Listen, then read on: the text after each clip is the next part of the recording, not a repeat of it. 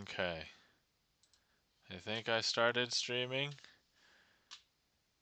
And, let's see here.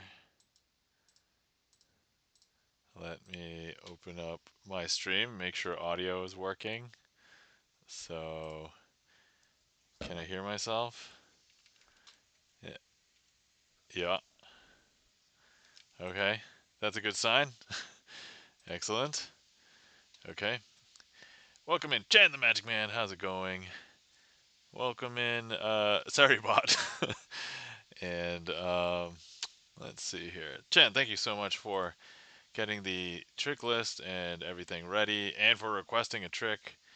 I was running a few minutes behind because I was recording my trick for YouTube tomorrow, and then I was uploading it and worrying about the thumbnail and all that, and then I lost track of time, and I'm like, oh crap, it's 10:30, and so I was like, and I had to run upstairs to get tea before I was like ready to go. So, but anyway, let's go ahead and put on cheating gloves before I forget.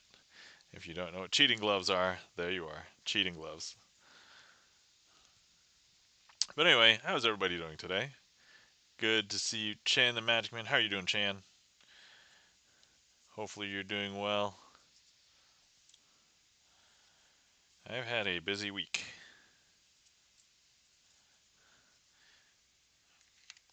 which is kind of weird to say because I don't technically have work, but I'm feeling the time. I'm doing work-like things. I feel like. Chan says, "Good, and you?" I'm doing pretty well. We got blizzard coming tomorrow. Yeah, you do. I surprisingly am not going to be getting that much snow. I think we're expected to maybe get 3, maybe 6 inches, 3 to 6 inches. And where I live is like whatever. It's like a regular day. But yeah, you live closer to the center where I think like Boston is supposed to be getting like 18 to 24 inches of snow in like a day. And I'm like, holy crap, that's insane. Like, that is a lot of snow all at once. So, important, Chan. Be safe, stay warm. Definitely. I mean, I don't tell you how to live your life, so if you want to go outside, but I mean, make sure it's just like to get the mail or shovel or something and then come back inside. So, yeah, thanks. Yeah, be safe. So, let's see. Chan, I know that you requested a random trick, but do you want to see a brand new trick? It's actually not even card magic. Sure. Okay. All right. I'll still do this one, but I'm just gonna put the Magician's Choice above it. Have you heard of Coin Squeeze? It's like a bigger version of that. So, but I got a new thing. I'll tell the story. Yes, you've heard of it. All right, great. So this is a big Coin Squeeze thing. So here we've got a metal tube, and we have instead of a brass block, we have a $50. And so, of course, if I don't put anything in there, it's empty. We could slide a Sharpie through it. But the $50 is exactly the size of the opening, and it will sit very snug right here. And we're gonna. So I just got this on Tuesday. I'll talk about because I had a Society of American Magicians meeting this past week. I actually do that, but yours is different than mine. Yeah, yeah. So here we've got 1, 2, 3, 4 coins, and of course, if I try and shove them all in there, none of them go through, right? But so we've got 1, 2, 3, 4 coins. Let's go ahead and throw all four in there, and of course, if I wave the magic wand, one of them falls right through. And of course, I think since you do it, you know how it works, right? And so we now have 3 coins. Let's go ahead and plop 3 coins in there. Wave our magic wand. And one of the coins falls right through. And of course, Here's the 2 coins. Let's go ahead and plop them both in the top. Wave it through, and one comes down. And then, of course, we have this. And I'll just infuse it with magic ahead of time, and I will just go ahead and drop it through. You'll see it even go through right at the last second, I think. Nope. Okay, there we go. Maybe not. But anyway, and now we can open it up, and everything is fully inspectable. And there we go. Ta-da!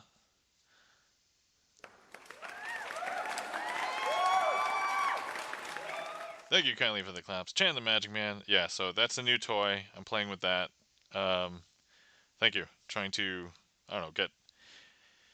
As you can see, I don't really have pattern. I don't have a story for it yet. I'm just doing it physically, but it's not like... I feel like the thing that I got is, this is well made, but it's a little finicky as far as uh, like the metal pieces. Like I struggle to even just screw it together. But anyway, well done. Thank you, Chan. Thank you for the applause as well. So, but anyway, oh, I got a, sorry, let me turn off my notifications or audio just so it doesn't bother. Mostly if Chris M.E. was here, it won't bother Chris M.E. Alright.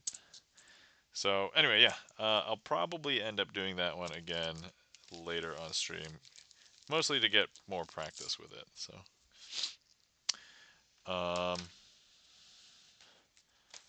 Okay. Alright. Let's see here. But yeah, I've been streaming a lot of Hades, a video game this week, so streaming Hades. And what are we looking for? We are looking for Brainwave.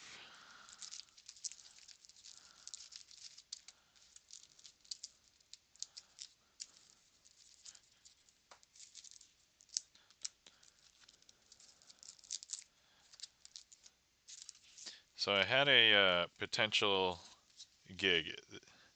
Oh, whispered you don't read it loud, obvious. Oh, hold on, let me see.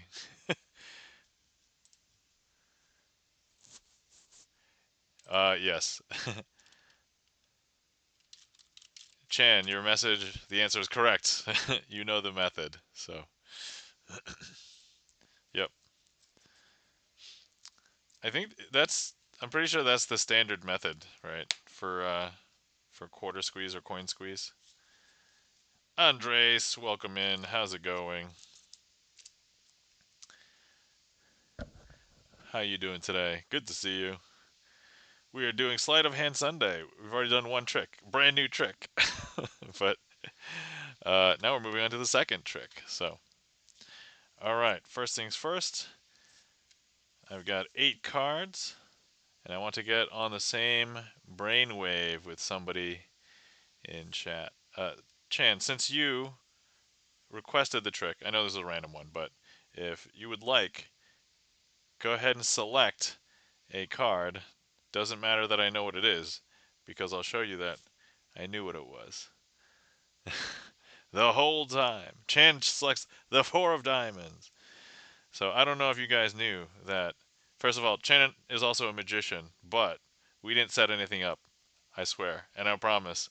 Not that he whispered me about this trick. He whispered me about the last trick. Anyway, so 4 of diamonds. Now if I show you, the rest of these cards are all red backed, but actually the 4 of diamonds was indeed a blue backed card. And that, my friends, is the 8 card brainwave. Thank you for that request, Chan the Magic Man.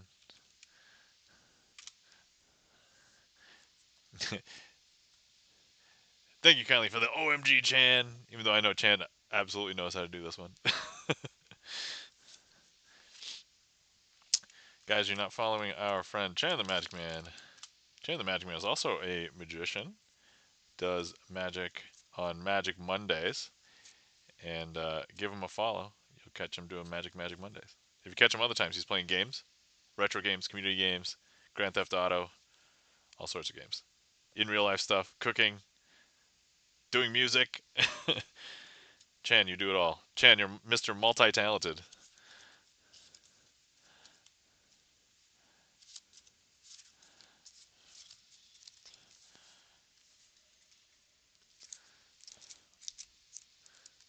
Chan's got the chain glasses. There you go.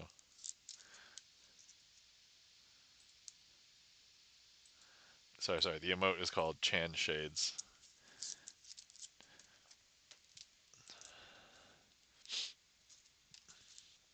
Anyway, Andres, welcome in. How's it going? Incredible. Now there are 2 magicians I know.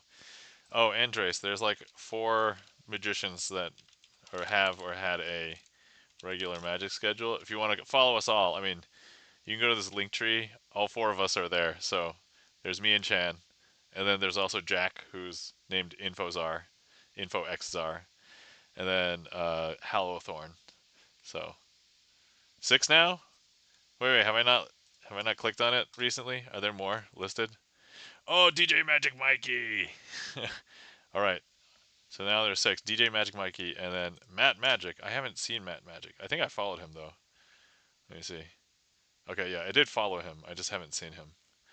But all right, DJ Magic Mikey, I at least confirmed because DJ Magic Mikey has both been here and I hopped in a DJ Magic Mikey stream.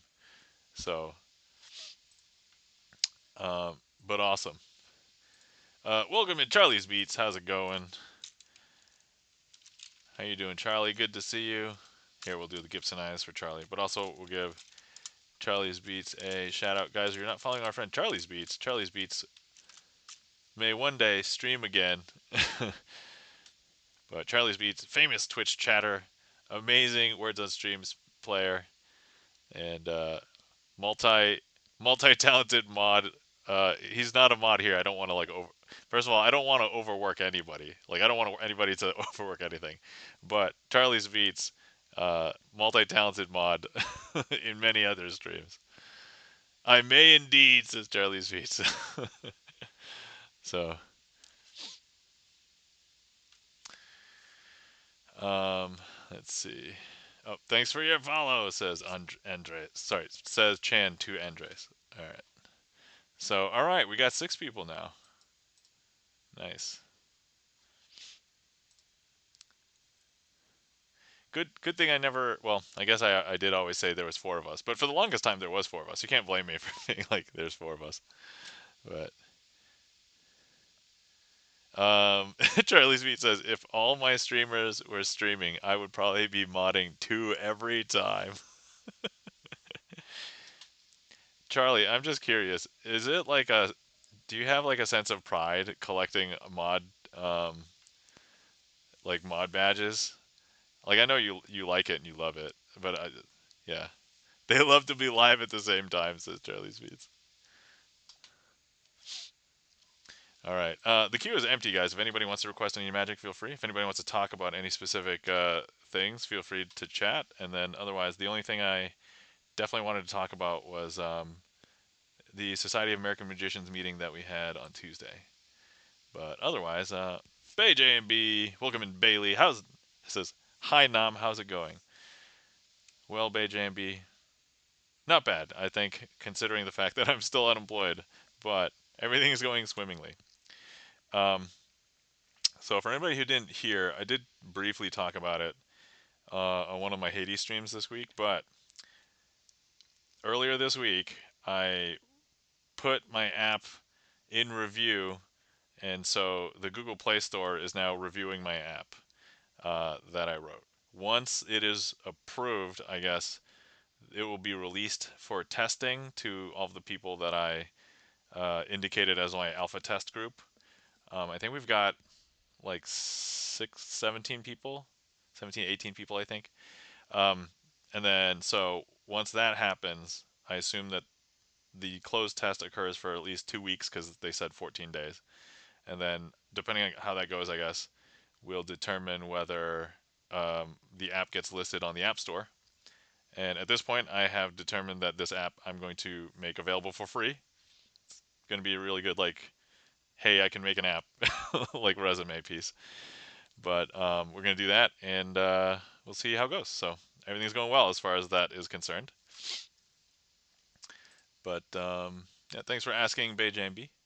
How is everybody else doing? I asked him my title. I know sometimes I've historically been not good about, because sometimes I forget what it is, because I oftentimes ask like questions that aren't relevant to anything. But I'm like, I care about how people what are doing. Like I'm like, oh, I won't forget that. So that's awesome, says BayJMB. And yeah, and Charlie's like, hype. Thanks for the hype, Charlie. So yeah, that's the exciting news. All right, let me get ready for the next trick here. But the other thing is, I did go to a Society of American Magicians meeting this past week, and we had a fun. It was basically like a swap meet, so it was kind of like a buy, sell, swap, trade um, meeting. So everybody could bring in like their magic if they wanted to sell or get rid of any, and everybody else could just buy magic. So I purchased a bunch of stuff.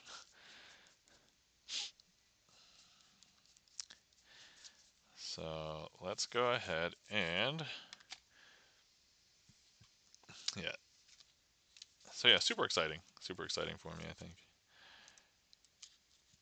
Oh, and I'm continuing to put magic tricks up on LinkedIn, which has been proving to at least.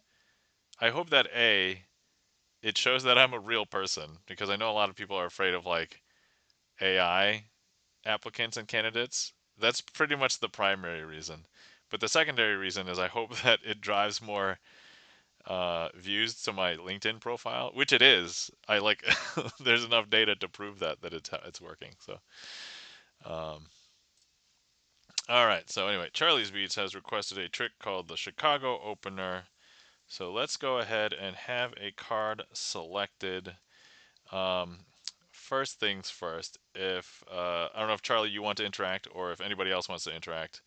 If you're on desktop, you can click directly on the screen, and one of these will get selected. All right, looks like we've got one. Boom. Here we go. So I'm going to move that out.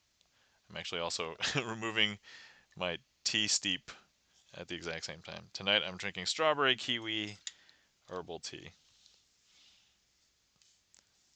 It's actually my least favorite out of the batch that I got, but it's actually not bad. It's still pretty good. All right, let's go ahead and grab this heat map for consumption. Delicious. All right, I'm going to go ahead and close my eyes and turn my head. I'll cough. I'll show this card on screen. Somebody remember this. I'll give you a couple seconds to remember. Hopefully you guys can see that. I'm going to turn it face back down and open my eyes, turn my head, look back. Let's make sure. Thank you for getting that, Eat Chan. All right, somebody in chat have this card. Let's make sure before I lose it. Yes, Charlie's Beats has got it. All right, excellent. We're going to go ahead and lose this card here in the pack. LaBelle, Carolina. Welcome in, LaBelle, Carolina. I seen it. Excellent. Thank you kindly. All right. Now, for anybody who hasn't met our friend, the Deck Sock, I will introduce the Deck Sock today to people who have not met the Deck Sock. Guys, if you've never met the Deck Sock, say hello to the Deck Sock. Deck Sock, say hello to everybody. Yeah, if you got the emotes, people spam them. Hi, everybody. I'm the Deck Sock. By the way, I've never actually tried to make the Deck Sock voice. But the deck sock will now, because see the red stripes right here? The deck sock will turn your card to be a red. All right, here we go. We can clearly see there is one card that is red. Okay, important question. What card was the selected card?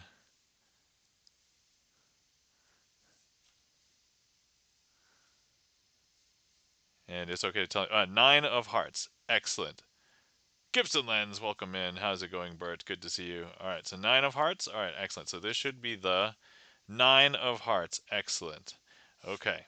But that's not the only trick that the deck sock can do, because the deck sock should be able to do another trick. Okay. And so what we're going to do is we need another card selected. So let's go ahead and here. Let's go ahead and have chat click on another one. If we'll try and get.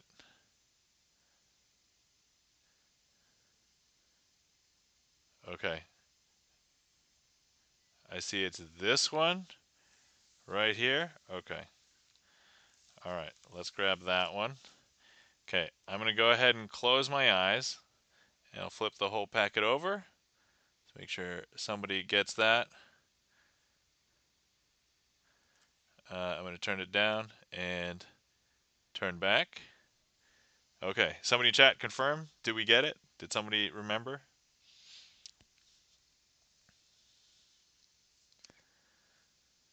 Yes? All right, excellent. At least Charlie's Beats got it. I'm sure some other people in chat also have got it. All right, we're going to go ahead and lose it into the middle of the deck. And now, once again, let's have the deck sock do its amazing thing. Deck sock, go ahead and do your magic. Deck sock, you were supposed to turn. Oh, I didn't get rid of the heat map. That's probably why. Hold on. Delicious. Okay.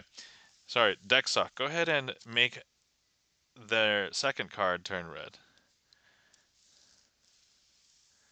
Huh. All right.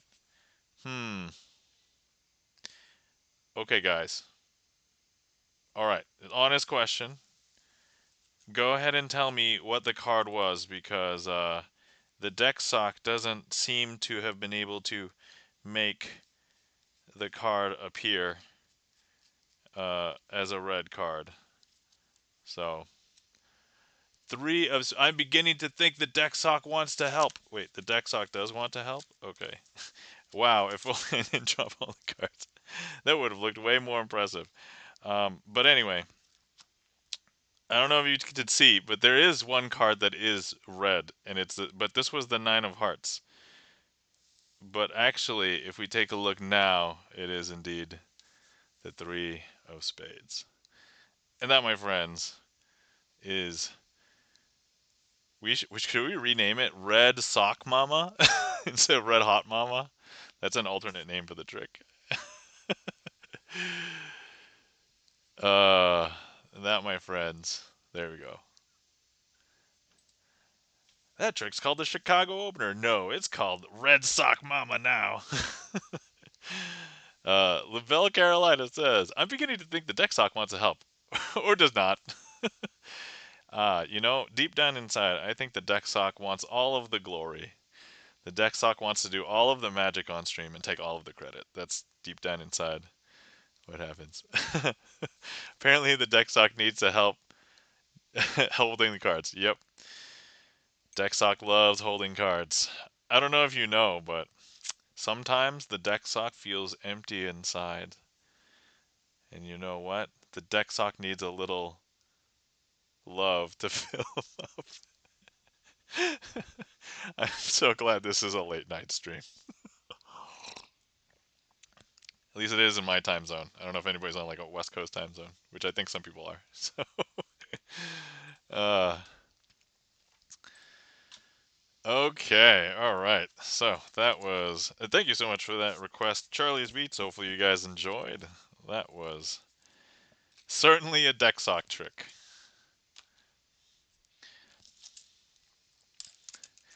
Don't make me revive those emotes. Are we talking about? Are you talking about this one? Okay. All right. So I have a new trick. I technically did it as the first trick, but I need more practice. So we're gonna do it again. And now that there's some more people, hopefully we can. If anybody has any feedback after or during. Okay. All right. The one that matches. Oh. Okay. Oh, I see. Okay, I see Charlie. I got it. I got it.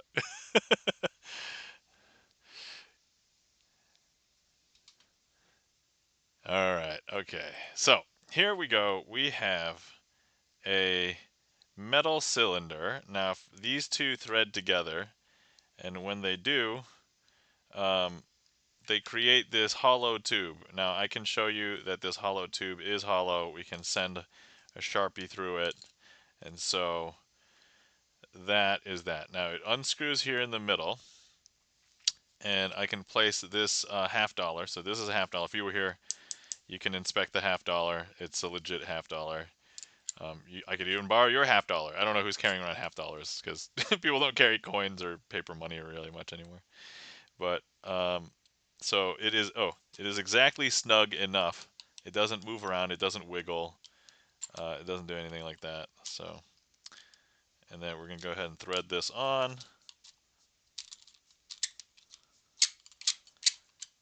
I probably have to. Did you hear it squeak a little bit? I have to like lube up the metal tube. Anyway, so yeah, so now nothing can get through both sides. And okay, and we have 1, 2, 3, 4 quarters here. And let's go ahead and as you can see, if I put all of them in there and try to push them in, they don't go down. And so that is what is up. So here we go, 1, 2, 3, 4. Now if I put all 4 quarters in and I push one of them should fall through, because if you take a look now, here's one of those quarters. And so now we have 1, 2, 3.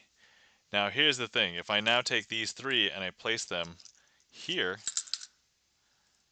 okay, I can go ahead and wave 1, 2, and 3. One of them falls right through. And now we've got 2.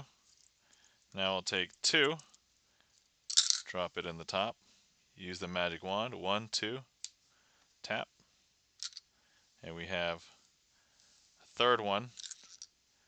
And then finally, if I was to hold this, welcome in, Chip, how's it going? I'm actually going to drop this quarter through the top, and actually you should be able to see it go through the bottom.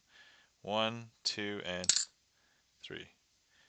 And at this point, I can go ahead and unfurl the metal tube. If you were here, you could actually examine everything yourself. And here's that. Here's the 4 quarters. Here's the tube. And that, my friends, is a brand new trick. There we go.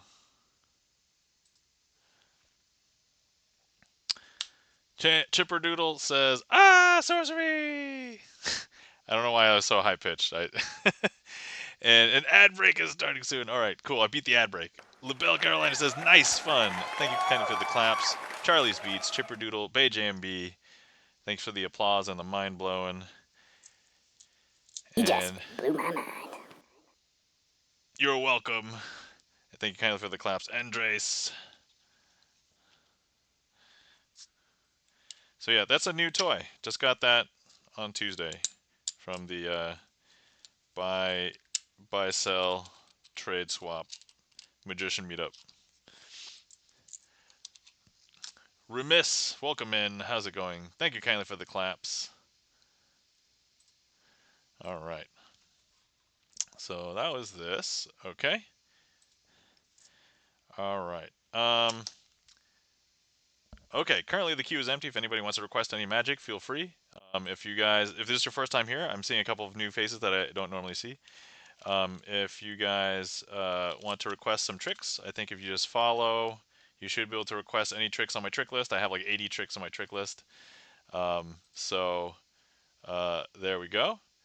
LaBelle Carolina asks, "Can I ask what's your location?" I'm based in the greater Rochester, New York area. So East Coast near the Great Lakes. If you know about New York state regions, we're probably in the Finger Lakes region. It's probably the best. Okay, 90-second ad. All right. Sorry for the ad, but I'm not doing any magic, so you'll just miss me bumbling about verbally. maybe I shouldn't use the word Bumble because that has a different connotation now that there has been an app called Bumble. So, uh, yeah. Um, let's see. So, all right. This past Tuesday, I went to a magician meetup, and it was the buy sell trade swap, and I actually bought a bunch of things. So this thing being one of them, I did buy another one that I might be willing to try. I'm maybe a little bit less confident in doing it, but if there's a place to mess up, I guess stream is the place to mess up. I did pick up a bunch of other things. Let me see. This one I'm not ready to do. This one I'm not ready to do. Um, I haven't used a couple of other props that I got as well, but ugh, let me see what else we've got here. This one I could conceivably do something with. I'm also trying not to spill a bunch of things that are piled precariously next to me. So, um, let's see. Andres has requested solving a Rubik's Cube. Felden Kane, welcome in. How are you doing, Todd? Good to see you. Actually, while we're here, I think we didn't do a bunch of shout outs yet. Guys, if you're not following our friend and mod, Gibson Lens, please give Gibson Lens a follow. Gibson Lens is a pianist, composer, video game developer, so multi talented man. All right, let's see here. Who did we not get yet? Guys, you're not following our friend Chipperdoodle in PA. Has been known to stream on a very regular schedule, once per year. That's very regular. I suppose if you say that to your gastrointestinal doctor, they would probably say that is not regular. But that we're not talking about that kind of regular. We're talking about streaming. Um, let's see, guys, you're not following our friend in mod, Felden Kane. Please give Felden Kane a follow. Felden Kane, a fellow software developer, but is a variety video gamer and also has been doing a bunch of collab video game streams. I saw that you went live earlier today with Joe again. Is that right? I think you did. I think I saw that. So, but Felden Kane says doing well, thanks. Hope you're all having a good evening. Excellent. And there's Chip. Thank you kindly for the shout out. You're welcome, Todd. Good to see you. Thanks for hopping in. Um, let's see here. So I want to show a couple of things that I got. Actually, wait. I'm gonna do. You know what? I'm gonna solve the Rubik's cube first, and I'll tell you why after. But I did buy a bunch of things, and I'm excited to use them. All right, so here's my cube. Uh, we'll just scramble it. Jimmy Page, welcome in. How's it going? Felden Kane says, good to see you too. Excellent. And cooking stream next Saturday too. Oh, sweet. Excellent. I don't know if that's the best time. I probably won't be able to tune in. I mean, I might be able to lurk, but good luck cooking whatever you're cooking. And so uh, enjoy. And so my wife has been cooking a lot more than usual this past weekend. And I was like, whoa, you're doing a lot of cooking. So no worries. Yeah. Jimmy Page says, Nom, did you see any new stuff like you liked at Blackpool? I did not go to Blackpool, and I watched like 2 YouTube videos about Blackpool. So I've not seen or watched anything substantial from Blackpool yet. So I don't know. But I mean, I'm at the point where I don't need to see new stuff to like it. I don't even know everything that exists right now. So seeing new stuff doesn't really need to appeal to me. And the fact that I'm currently unemployed doesn't bode well for like lots of extra spending. So because I am a gigging magician now, I am making the call to be like, all right, I can spend some money for things I will definitely use or will probably use for a magic gig, but I can't like go chasing like every new magic thing because it can cost money. Jamie Page says, I saw a few and only saw 2 interesting things. It's almost better to not know the new stuff. Yeah, that's true too, because if I see it, then it's like I can't be surprised if I see it later as well. Do you have a chair routine in your gigs? I don't have a chair routine, no. Not that I think I need. All right, hopefully you guys think that this is scrambled enough. Andres, thank you so much for the request. So I will attempt to solve. Um, and since there's a bunch of new people, I'll try and explain what I'm doing. So first things first, we're going to try and get the cross. So the cross is basically trying to get all these to match the same color, but not just the top. They also have to match the centers on each one of the sides.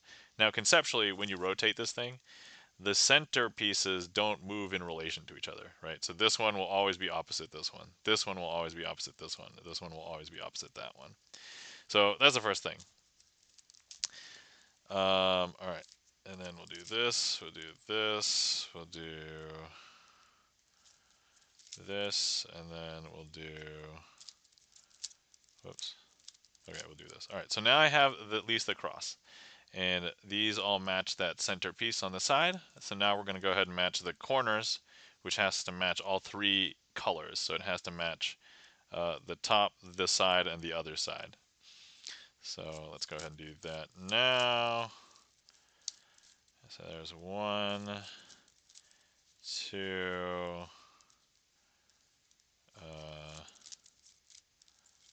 3, and whoops. I'm still streaming, right? That hit the keyboard. It's like, okay. All right. Random Man 29. Hello, welcome in. Just in for a moment. Thank you kindly, Random Man 29. Greatly appreciate it. Let's see. Jimmy Wave asks, "Nom, do you perform Brainwave in your close-up act?" I do actually. I just did Brainwave earlier. It was the second trick I performed earlier today. 8-card Brainwave. So I saw you swap the cue out right there. Wave, I mean. Oh no no. I don't do Wave because I think it's redundant because I do Twisted Sisters. So and for anybody else who's wondering, we're basically talking magicians inside baseball kind of stuff. So. But yeah, I feel like doing both Wave and Twisted Sisters is kind of redundant, so I chose to do Twisted Sisters, basically. Oh yeah, so now what I'm doing is I'm making the top layer is complete. Now I'm doing the second layer. And I got most of it done. I just have to do this one. Alright, so away, up, boom, boom. Okay, and down. So now I have. Oh wait. Uh-oh, did I just mess this up?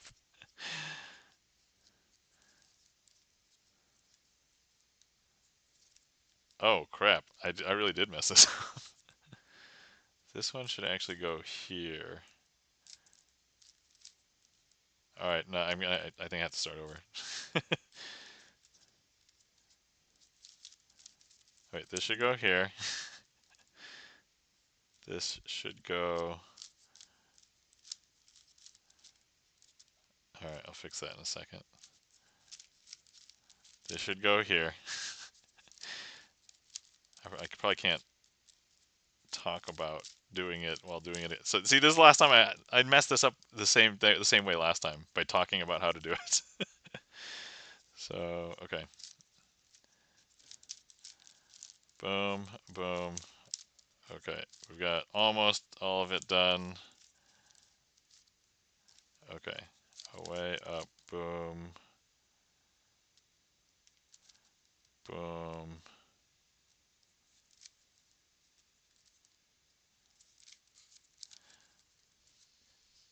Oh yeah, I saw that. Oh, I haven't learned it, but I hear about it. What makes you prefer Sis? Oh, it's because that was the first one I learned. I learned that before I learned Wave, and then I didn't. Woo! Says Random Man. Thank you so much for the 7 stream watch streak, Random Man. All right, hold on. I'm just gonna.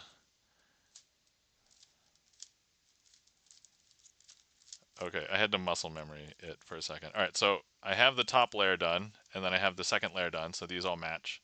And so now the bottom is basically, or the final layer, is all just like algorithms. So I look to see what pattern I see on the bottom with that matches this bottom color, and then I'm like, depending on what I see, there's like 3 or 4 different ways to go. So I see the bar going across, so I'm like, okay, when I see the bar going across, I do like this thing.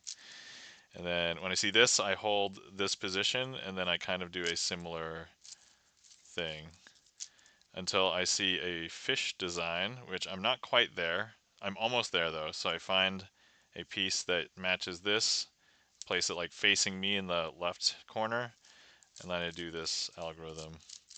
And now I see the fish design. I call it the fish design because it basically matches a fish. And now when I might have to do this up to 3 times, this algorithm. So there's 1, I think 2, that'll be it. Okay, so 2. So now these all match, but these don't. So now I'm going to readjust here to see what's all messed up. And I don't have to swap corners, which is actually a rough one. So now I just have to swap these. So now I can, oh, now I'm thinking about how to explain it. my muscle memory is failing me because I don't explain it. No, I think I do this, right? Okay. Yeah, okay. And, oh, I rotated it the wrong way. So, sorry, my fault, guys. Okay, so we'll do that again. Okay, done. And solved. There we go, Andres. Thank you so much for the Rubik's Cube solve request. So not magic, but it is technically a trick. So yeah, before I got into magic, solving the Rubik's Cube was a nice party trick anyway. And then learning magic, everybody's like, "Whoa!" So it's like more tricks. Solving one of these is on my bucket list. Awesome, says, let's see. Thank you kindly for the claps. Andres. Let's see. Jimmy Page just said, I just performed it for the first time and the reaction was so good when in reality I literally do nothing. Lol, I feel cheap. I mean, so if you're doing the standard wave the Max Maven way, there is a sleight. And so if you know the sleight, I mean, I feel like that's it. Honestly, you're entertaining people, so if you give them a sense of wonder, you make them laugh, I mean, that's already worth it. That's what you're doing it for, right? Like if you make a good joke, like you still made the joke even though you might have heard it like 80,000 times. So, at the end of the day, magicians are there to entertain, and if you entertained, then you did it. It's fine. Easy or hard, whatever. Like um Random Man 29 says, "Have fun. We'll catch the next stream." All right, Random Man 29. Thank you so much for coming in. Have a good night. Sleep well. Good to see you. A sleight. I've seen your sleight. The sleight in Bueve is not one. Oh, okay. Then maybe I don't do Bueve the the original way that Bueve was meant to be done. I do Bueve a different way.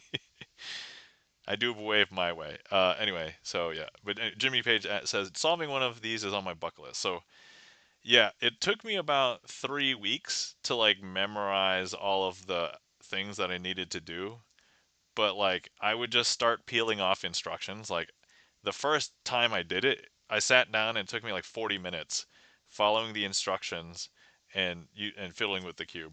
And then I was like, oh, okay, I can kind of logic like the first layer and then a little bit of the second layer. And so I just kind of eliminated whatever instructions because I was just like, let me just internalize how to figure this out myself. So the first few instructions come off really easy. And then once you get to the second layer, like finishing that has to be probably one of the first parts that's probably like the first gate because it's not too many algorithmic steps to get it. But then if you can't handle that, then certainly the last layer there's too many steps to remember if you can't. And so but I just started like, all right, I'm like, oh, I'm at this part again. I don't need to, so I can get to this part every time. And then I just started having to memorize just a few things. But then I would be like, okay, I know how to do this every time now. Doesn't matter which case I get. And then I'd peel off those instructions. And then, so after about a week, I only had like 4 or 5 algorithms to try and remember. And then the next 2 weeks were just solving the cube and just hitting all those algorithms. And then once I just did them enough times, so after about another week, I was only like, wow, I could do it like 99% of the time. There's just like these two weird edge cases where I'm like, I forget which one to do. And then I just was like, all right. But then once you remember those, and it took me 3 weeks, and then I just remembered it, and then everything else is just muscle memory because I'm like, I get it now. So sometimes even when I'm explaining, I don't remember how to do it because I'm like, I'm not explaining when I'm normally solving it. So, Nam, you ever get into mentalism? No, not yet. but that might be changing in the future because actually, let me. Oh, so this magic swap meet marketplace thing. One of the things that I got is a one of the things that I got is a wallet. And I'm just going to show you this. Yeah, not yet. So I got this, and let me just open it for you. It looks very simple, but Jimmy, I think you know what this is because you are into magic and you understand what this is potentially capable of.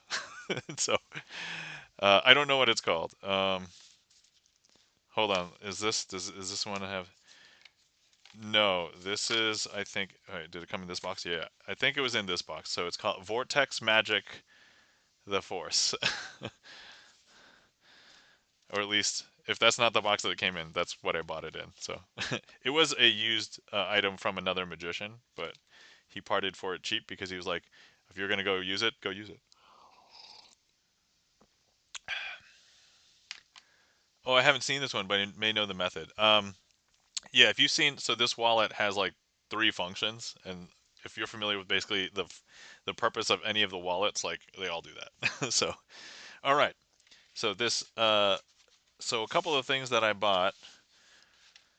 Let me just pull over the box. So somebody was selling a bunch of decks of cards for cheap. I am actually going to pull out, let me see here, these decks. So I bought these decks of cards for very cheap. They are bicycle, if you're familiar with maiden back, so they're not rider back, so they're slightly different. I purchased a Craig Petty thing, which I'm not going to pull out, but I will show the box. So Craig Petty Quantum. I did buy, and this is what the reason why I wanted to solve the cube before, because I got this, and I don't know how to solve this yet. This is not a magical thing. This is literally somebody just selling their actual 5 by 5 by 5 prop. And once again, I dropped a Rubik's Cube. So if there's a theme today, it's me dropping Rubik's Cubes. But anyway, so yeah, I don't know how to solve this. I tried looking it up, and I'm like, oh god, this is way more involved than I thought. So, um, I just bought 12 pack on eBay too. Oh, okay. How cheap? All right. Well, so Jimmy Page, these aren't. So these are maiden back from Penguin Magic, and I don't want to say on stream, but I'm just going to show you the Pai Gao card rankings on the bottom. Hopefully that tells you enough about the deck. So, um, Jimmy asks, is Quantum the full blank deck? Jimmy Page, the answer is yes. And BayJMB says, I love the Quantum deck. All right, Bailey, awesome. First of all, Jimmy and Bailey, have you guys performed with the Quantum deck before? I have not. So that's something I want to. Oh, Maiden back. Yes. Okay. I got one single penguin. Okay. All right. Yeah. So, Jimmy, I'm going to just delete this message that you said right now. If you guys were here in chat, you guys, Jimmy didn't technically do anything wrong, but I just wanted to, so, okay, cool. All right, awesome. Okay, okay. Just for a couple friends and my wife, says BayJMB. All right, awesome, cool. But anyway, Jimmy Page, yes, the answer is the thing to the message that I just deleted. Yes, this is one of the, but not just one. It's two, four, six. I get seven of those. Wait, two, no, eight, nine of those. So yeah. Okay. Then I have a few regular decks of cards. And actually, we could probably show all of these. And then this is also a regular deck. Oh, actually, this is a random new trick I could probably show. And this one I can't show because I don't know it yet. And this other one.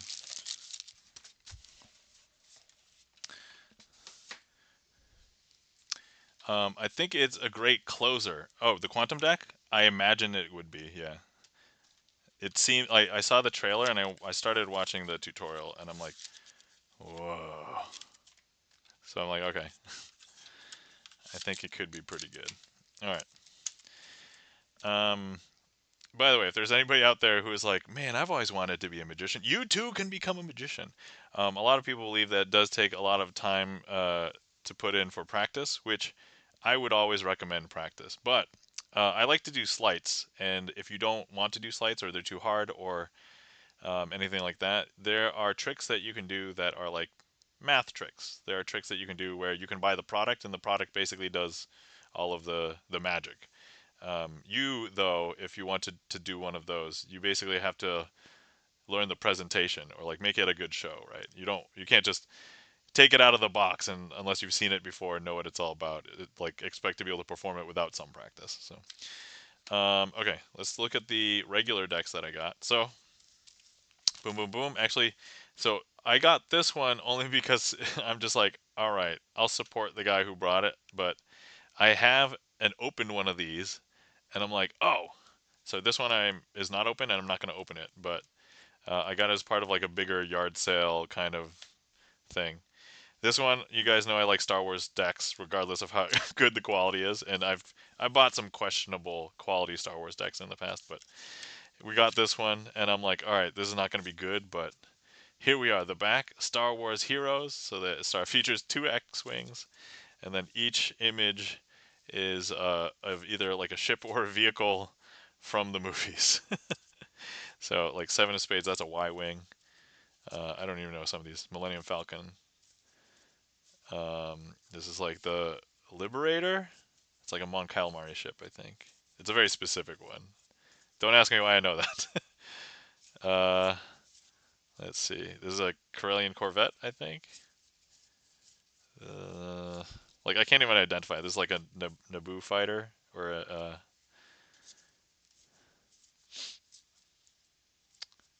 I don't know if these kind of look like A wings, but in like the atmosphere kind of thing.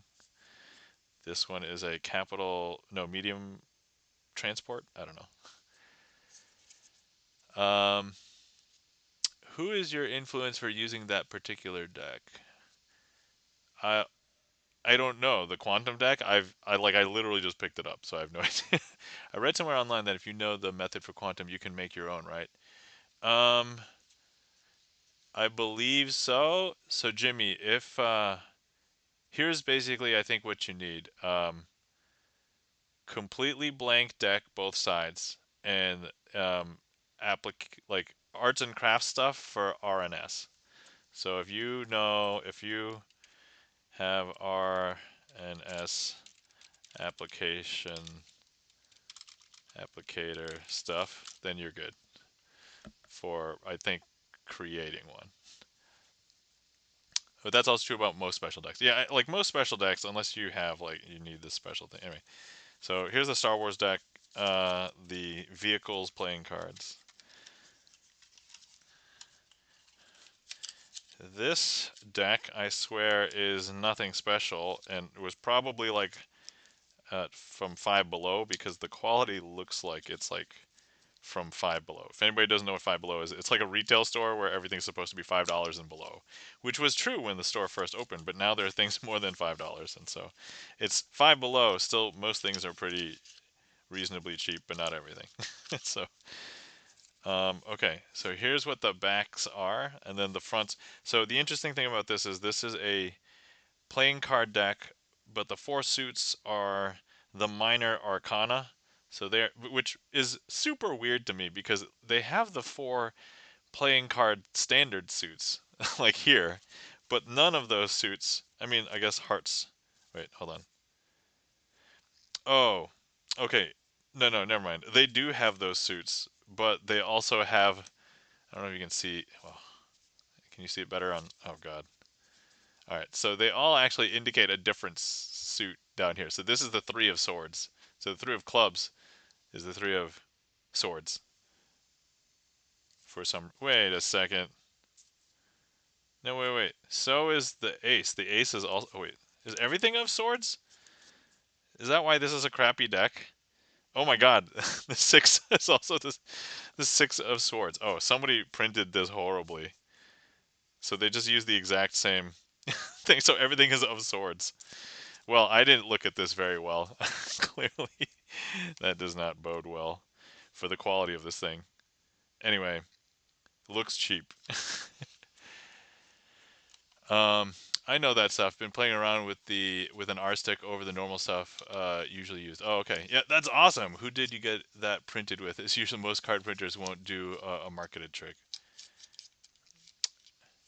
Makes sense. Yeah. Oh, yeah. Company in China. Oh, yeah, yeah. So there's a couple of online companies that will basically print whatever. Okay, so this deck is like the only like quality magician's deck that I think that I got out of like the real decks that are regular. I've opened it already, but this is apparently part of the first run of Blue Crown decks. When I got it, it was sealed. I broke into it because I was like, no, I want to see.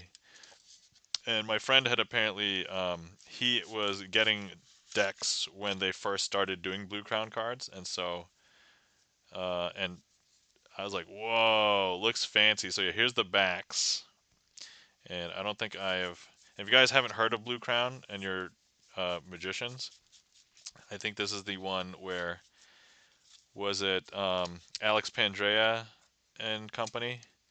His card. So here's the two jokers, their crowns, and then here's what the deck looks like.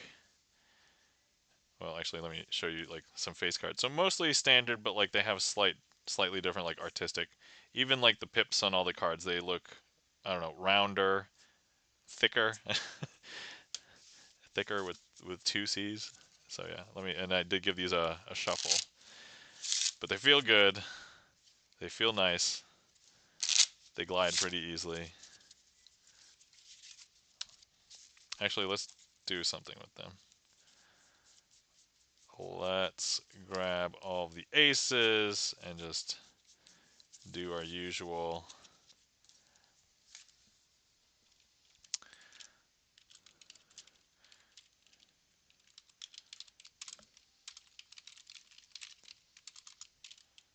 Okay, alright, so I have the four aces here. I want to do something interesting. I want to turn them all face up, but only one card at a time. But I'm not allowed to do this because I literally just turned a card over, and that's not magical. So instead, I'm going to hold the packet and give it a magical twist. Oh, this design should be really awesome for the twist. So if I twist, oh, look at that. I have to hold right in the middle of that. But look, that actually turned up the ace of hearts.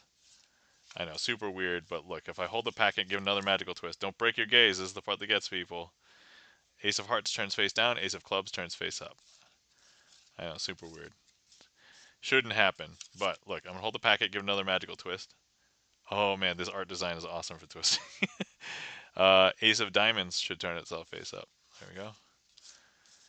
That's so cool. And then we've got one more. If I go ahead and so the ace of spades, I swear it's because the pip is gigantic. Even if I give it a magical twist, the ace of spades will defy me and does not want to turn itself face up.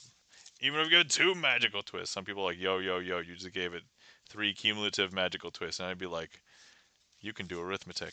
But actually, let's just bring out the deck sock again. The deck sock. Can you deck sock this card? Boom. Actually, wait. I'll place it down. Deck sock. Go do your work. All right. The deck sock will be able to get the ace of spades to turn face up. One, two, and three. There we go. I don't know if you could tell. The deck sock had to slap it a bit. Had to slap it around. There we go. Okay. That's so cool, says Jimmy Page. Yeah, so the deck looks really good. The deck feels really good. So, but that's what you expect from Blue Crown. So they've put out a lot of decks since, and yeah.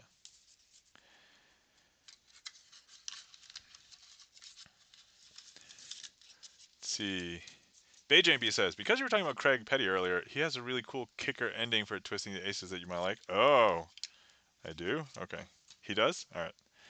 Let me. I can either look that up or if you want to drop me like a performance. Um, if I end up forgetting. Craig Petty Twisting the aces ending. Okay. And then I just got my first deck sock. Lol, it was a free Christmas gift from Penguin. Oh yeah, awesome. So that's how I got my first deck sock as well. Give me a minute, I'll find it for you. Okay, great. Thanks, BayJMV. Appreciate it. Okay, so let's see. Oh, that was the regular decks of playing cards. Let's go ahead and show you a couple of the weird decks of playing cards. So there was this one. This one's a little bit smaller. So like a regular deck is this size. This one is smaller here. They're called the alphabet cards. Charlie's Beats has requested Troublebacker. All right, great pick. I like that one. All right, we're going to show off these cards, but I cannot do this trick with these cards. So, and they all have just letters on them, uppercase and lowercase, I guess, and then they have just like a word that begins with that letter on it. I was hoping that I can use these to help because my kid can identify letters and read a bunch of words. Like she can read pig, she can read like a bunch of three-letter words for sure. I think she might know watch at this point. So she knows cat for sure. She knows fish. So that kind of thing. So I was like, all right, let me just get this and then see if I can maybe do some more magic with. Okay. All right. Let's go ahead and get ready for Troublebacker. You know, this one is becoming one of my new favorites to perform because. All right. Here we go. I've got 1, 2, 3, 4, 5, 6 cards, and I want to show you that they are all.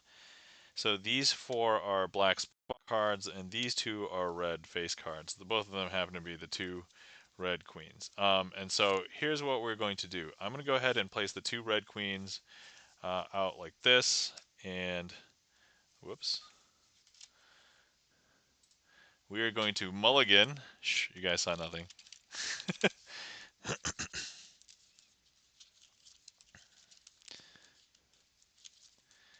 And here we go. Starting over. All right.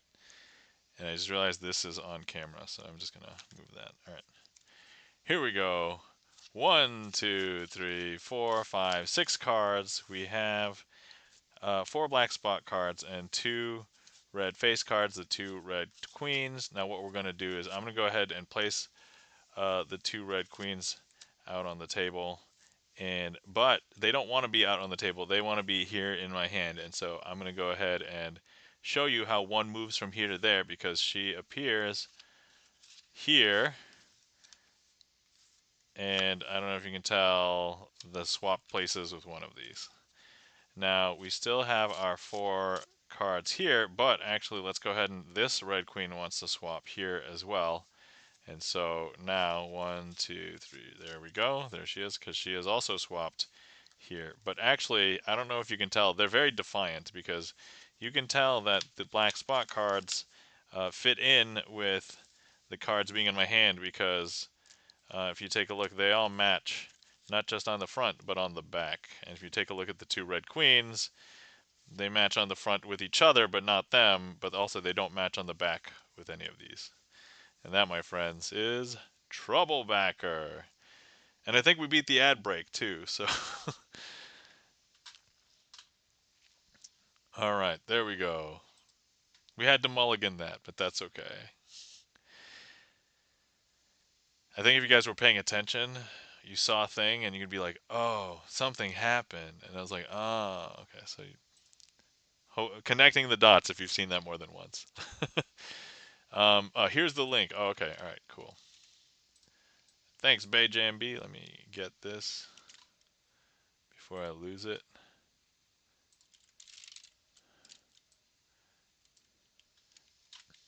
Thank you kindly for the claps. Charlie's Beats, Felden Kane.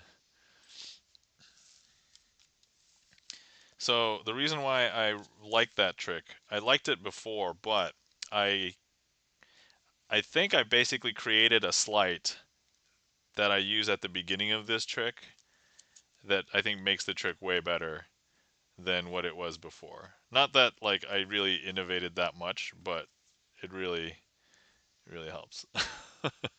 So, but yeah, I was thinking about making a tutorial for this one to put on the YouTube channel. But at this point, pretty much all the tutorials are like uh, member supported. So, which by the way, if anybody wants to know more secrets of magic, I reveal a lot on my YouTube if you're a channel member, or on my Patreon if you want to support there. You can actually see all of the tutorials and without ads. So bonus if you go to the Patreon.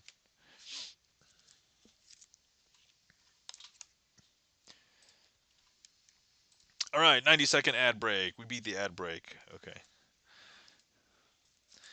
So let's see here. I think we put this one away. I did this one twice.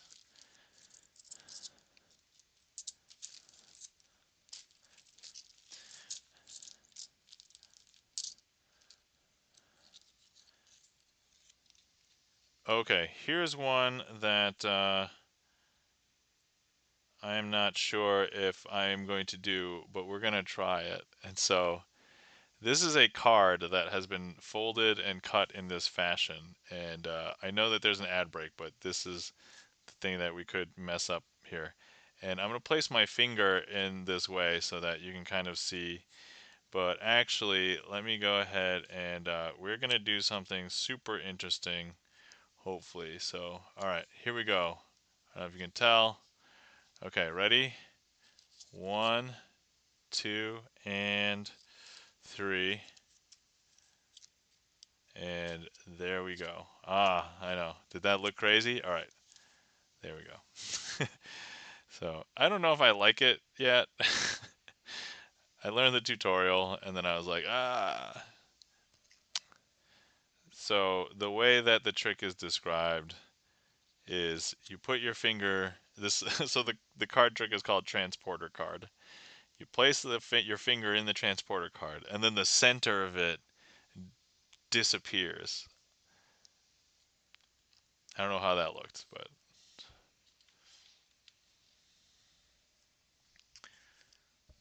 um and then let's see here. Oh man, I have to. I did take some time to clean up a bunch of stuff over here like a month and a half ago. Everything's messy again, so.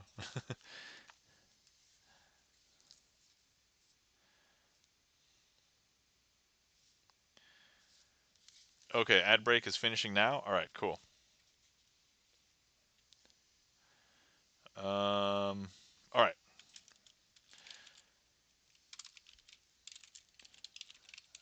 Okay, we're gonna do another Magician's Choice. This is like a newish thing.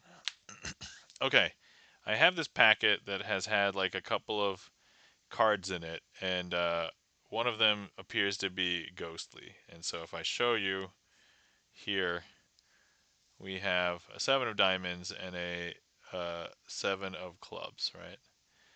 But here's the thing. Let me just go ahead and grab the cards. So if I grab both of these cards um, here, right, something's going to happen. I don't know if you can tell, but that ghostly card was indeed the 7 of clubs.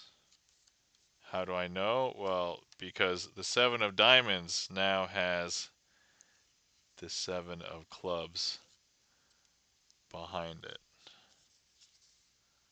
And that, my friends, is a brand new trick as well. Okay.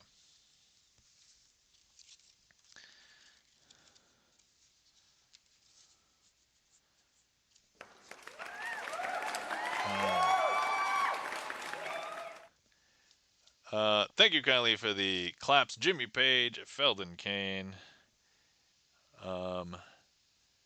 Charlie's Beats. Thank you for the pog.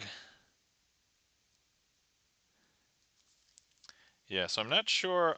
I want to have like a bigger, better story for that one. I currently don't have anything. I thought that worked out okay, just as a hey, I've never done this like for real before. Okay, let's see.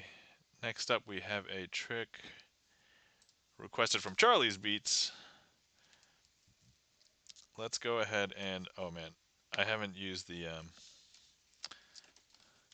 Twitch deck yet today, so let's go ahead and pull out the Twitch deck. Okay. Sometimes I have this paranoia where I'm like, am I setting up? Oh no, am I accidentally revealing the secrets of magic to stream? So I'll look up, and if you see me setting up, and then I'm like, I have a panic look looking up for something, it's because I'm like, oh crap, did I make sure that I'm not revealing the secrets of magic? Is basically the thing. Okay, all right. Speaking of Patrick, they have a product out of stock for months. I really want the rainbow card.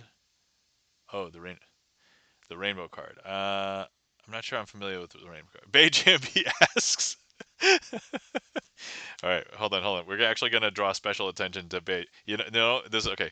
We're gonna actually pin Beijambi's question. Beijambi, I think out of the, I would say at this point years that I've been doing this, you may be the very first person. And if somebody else has mentioned, I don't remember, and so therefore I think you might be the very first person to call this out. So first of all, thank you for being very observant. Number one. Number two, let's address the question. Are you sitting on two chairs? Beijing B. The answer is yes, you are correct. I am sitting on two chairs. Um, so if I just move over two chairs, one right here, one right here. I knew it, says Beijing. Felden mind I, I was just when I started doing this, I think I was just like, I wonder if anybody will notice. I wonder when anybody will notice. I was just always thinking like, oh yeah, they'll notice in like a couple streams or something. And then like a couple streams went by, and then like a couple months go by, and then a couple years go by. And I'm like, nobody's ever gonna say anything. It's like, and then BayJMB finally says something. BayJMB, you win my share of the internet for the day. Full disclosure, I don't own shares of the internet. So, well done. You get claps from me. All right, so the rainbow card. Let's see. The one that you show that we hold up and then it was shown empty, and then they use their phone to take a picture. Oh, okay. All right. Okay. I know what you're talking. I know what you're talking about now, Jimmy Page. I yeah, I don't know. Jimmy Page. Later on, you show them the pic, and the chosen card is now is the full. Yes. Okay. Yep. That's correct. I'm familiar with that concept. I didn't know that's what it was called, but so it's called the rainbow card. All right. Interesting. JP says, I knew it. You broke the illusion. And Felton Kane's got the mind blown. Yeah, I'm sitting on two chairs. So there you go. Now you're probably wondering why. We'll get to that after the magic trick. Let me do the magic trick first. Okay. Um. All right. Invisible hands. Okay. All right. So, is that comfortable? Beth kind of sort of asks. As I said, we'll get to it after the trick. All right. So here we've got the King of Diamonds, the King of Clubs, the King of Hearts, and the King of Spades. And we are going to go ahead and do something interesting with these kings. Now, here's what we're going to do. I'm going to go ahead and just hold three cards over here, one card over here, but if I shake, one card will magically jump from one side to the other. Look, if I just, you'll just see one card melting away from one side and one card appearing on the other side. I know that's super weird, right? That shouldn't happen. It's a little bit bizarre. But so here's what we're going to do now. We're going to go ahead and hold. We're going to go hold two cards, and once we'll do it again. I'm going to go ahead and shake. So now you'll see one card melt from one side, and then you're going to see it appear on the other side, kind of almost at the exact same time. That's super weird, right? That's That's super weird. Um, Now, the interesting thing about this trick is that we do need to do one thing here with. So the thing is, I used the kings, and actually, what I needed to do was I forget this sometimes. If somebody has signed a card in the Twitch deck and I'm using the Twitch deck, I try and use their card, and so I should have used the aces. And so in order for me to do that, all I need to do is just let me just shake this a little bit. I don't know if you can tell, but that has turned into an ace. But actually, all four kings have turned into an ace, including the one that Charlie's Beats has signed, the ace of spades. And that, my friends, is invisible hands. Okay. All right. Okay. But anyway, Beth kind of sort of, welcome in. How's it going? Good to see you. And is that comfortable? The egging question of whether sitting in two chairs. It's like, and why, right? Okay, so thank you, Kylie, for the claps. Charlie's Beats, Felden Kane. All right. So yes, I've been sitting in two chairs for a long time, like years at this point. I don't even know how long I've been sitting in, in two chairs. Um, so yeah, first, I'll address Beth's question. Is that comfortable? Yeah, it's comfortable for me. I've been doing it for years, so it's fine. Um, no, there's a couple of like practical reasons, and one of which is just like uh, I had a bad back for a while, and so if I sat on a chair and it pressed back up against my coccyx for a long period of time, uh, it would hurt and like my lower back. So I was just like, but and this is gonna be a weird segue in a second. When I was sitting on the toilet, it never seemed to hurt, and I was like, why does it not hurt? And I was like, huh, what? And I was like, oh, that's interesting. So as an experiment one day, I was like, let me just try sitting on two chairs like I would and simulate the toilet. Not that I have pajama pants on and stuff, but just to see if like having nothing there actually reduces any of that back pain. And lo and behold, I did it for like 2 or 3 days in a row for like extended hours, and I'm like, huh, it doesn't really hurt that much. Interesting. Um, does Nam have a misshaped ass? Well, BJMB, wouldn't you like to see my? Just to verify, purely for science, right? Not. Beth Connoisseur says, for me, the dip between the two of them would bother me unless they fit together seamlessly. Oh, so the great news about this is, one, they are exactly equal. They're the same kind of chair from the same kind of table, and I could push them together to mash them together and have no gap. So it would basically just be a super wide chair. So I can do that if I want, and sometimes I do. Uh, but other times, most of the time, especially when you see me streaming, because I'm streaming for like multiple hours at a time, I'm like, all right, I'm gonna put a gap in there. So, and if you saw me when I slid over like earlier, there is a small gap. So like the gap that's down here is maybe about this wide. So it's not that big. But just for science, I promise, says BJMB. All right, BJMB. I'll let you know that my wife says that I have a fat ass. That's basically what my wife says. um, yeah, but if I wanted to close the gap, I can, and sometimes I do, but most of the time I don't. So, the other thing is that also these chairs have a little foot railing. So like these are pub style chairs, so I'm elevated. So like right now, off of the chairs, my feet don't touch the floor. So I can put one foot on each of the railings and have like wide railing instead of having to scrunch them both together in front of the same chair. And so when I stand up like this, I'm like, oh, okay. I feel like I'm spreading my weight out a little bit more. Anywho, I hope you guys got a little bit of a laugh there, uh, related to fat ass, not the chair thing. The chair thing, I kind of already got the reactions that I expected, and kind of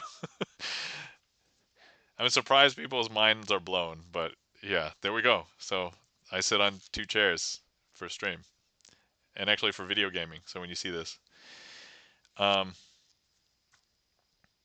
yeah, I've also heard that it's actually good for. I don't know if you've come across people with hemorrhoids. I don't have hemorrhoids, but apparently there's this seat cushion that somebody told me about because they were after they heard what I'm doing here, they were like, "Oh yeah, you know they sell seat cushions for hemorrhoids," and I'm like, "What are seat cushions for hemorrhoids?" And they showed it to me, and I'm like, "Oh, so it's like this cushion that just kind of simulates lifting you up. It's a little bit kind of like a toilet seat," and I'm like, "Oh." Okay, and I looked up what hemorrhoids was, and I'm like, "Oh, I didn't know what hemorrhoids was until that very moment." And I'm like, I don't have hemorrhoids, but I guess that could work. I'm like, that's fine. I don't need to buy a thing. Like, my solution works. That's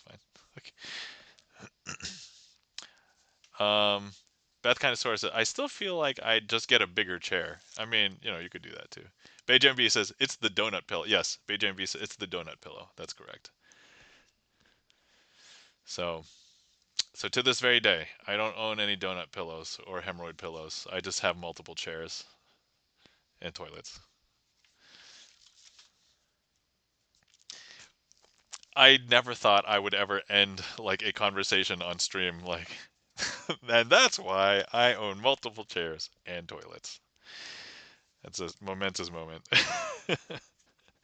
Momentous moment, guys. All right. All right, let's see. I do have a thing I want to try. Let me see here.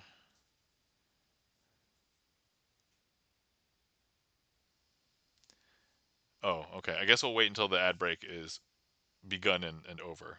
Hold on. This is a new prop. It actually comes inside of this box. It looks like a jewelry box, but it's not jewelry. So, give me a second. I just have to look and make sure that I know how this thing works.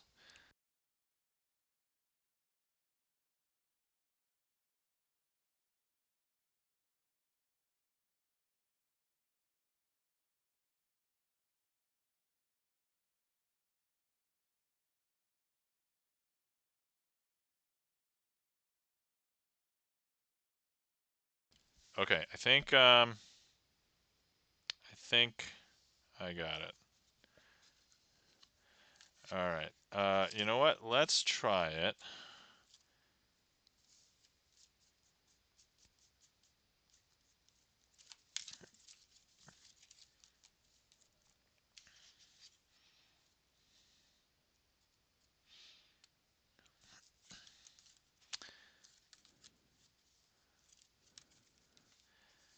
Okay. Oh wait, no. Yeah, I said I'd wait until the after the ad break. All right. All right. So. Okay.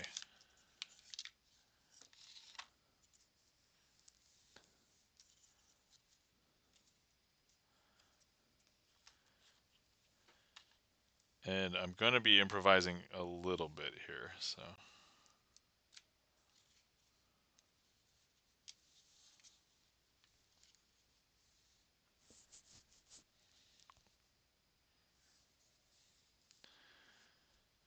But actually, let me determine how to best arrange this.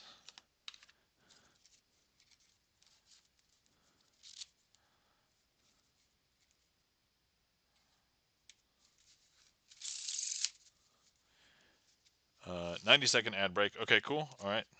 Excellent. We are going to wait.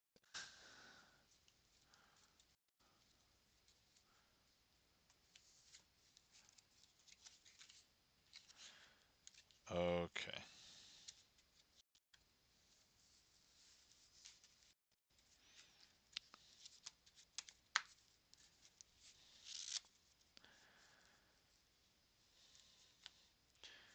I'm actually also not sure how to present it because I think this is one of those ones where the presenting it is actually going to be super important. Also, I don't know how it's going to appear on camera, and so uh, super exciting. Very. We are going to.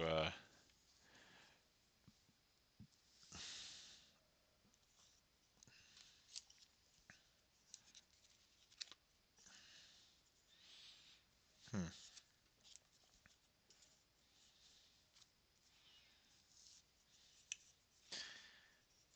actually don't know where the best position is for this. Hold on, we're just gonna quickly hop over to this screen and let me see here. The ad break is finishing now. Okay, all right, great. I think we're okay. All right. Okay. Oh, guys, so this is probably a good time. If you are sitting, or if you've been sitting around and you've not hydrated, please feel free to hydrate.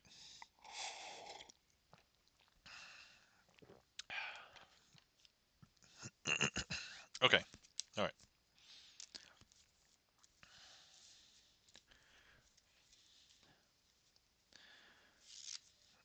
Okay.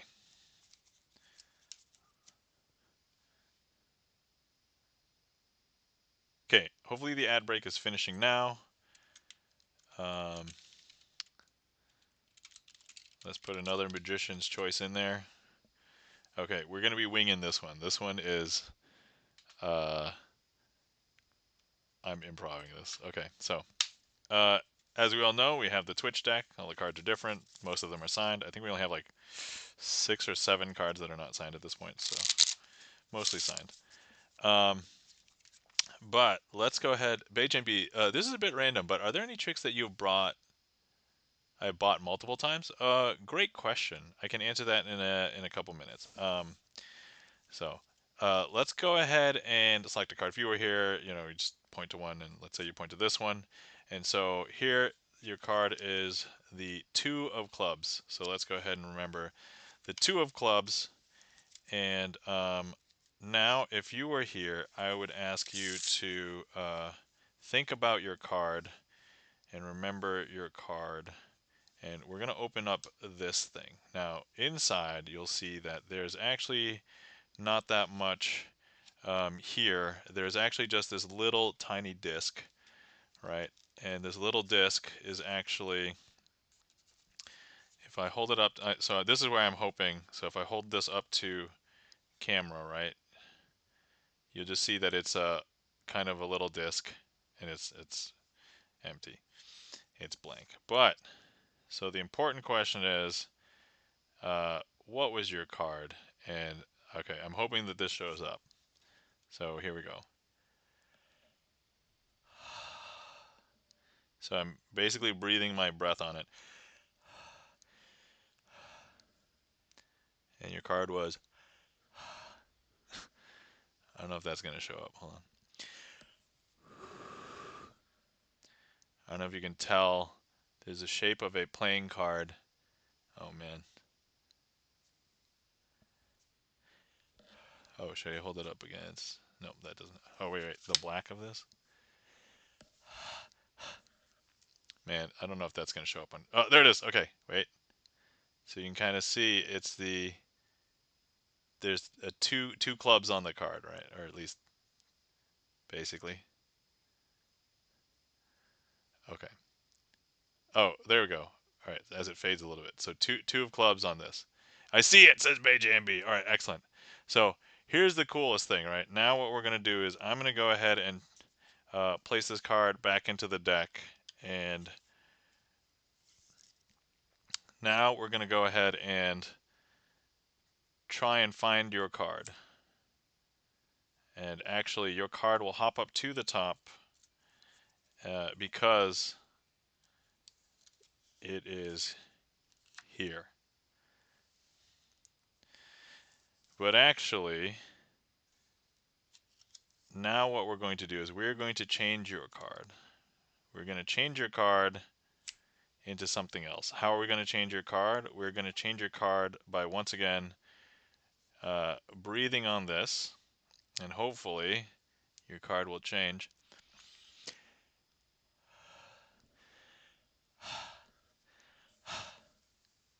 And I don't know if you can tell, there's a different card there now. This is I think that's much more clear. Ace of Diamonds, right? I think you see an ace and then one gigantic diamond in the middle. And so actually we're going to make the whole deck, yes, more clear. We're going to make the whole deck disappear. And actually, I don't know if you can tell, but I would have you hold the deck in between your hands, and I will pull out your card, and your card is the Ace of Diamonds. But if you look at the deck in your hand, it has also disappeared. And that, my friends, is the improvised trick. And there we go. And this is like, and when you hold this up to the light, you basically see nothing. Like, you can absolutely see nothing. It's so cool. So, C Films, welcome in. How's it going? How you doing? Welcome in, C Films. Good to see you. How are you doing today? We are showing off lots of new magic that I got. But yeah, I got this from the magician that sold me the wallet. So I was like, all right, sweet. We're going to use it. C Film says, I'm doing great. Excellent. Thank you, kind of, for the claps. Felden Kane, Bay JMB for the applause. Good to hear, C Films. Beth kind of sort of says, hello. Okay, Shinlim. So I know that if I know who Shin Lim is, that's probably a compliment, but I don't know if the way that it was said with disdain is maybe I shouldn't take it as a compliment. Like, okay, Shin Lim, like there's like a little bit of attitude there. Guys, you're not following our friend C Films. Please give C Films a follow.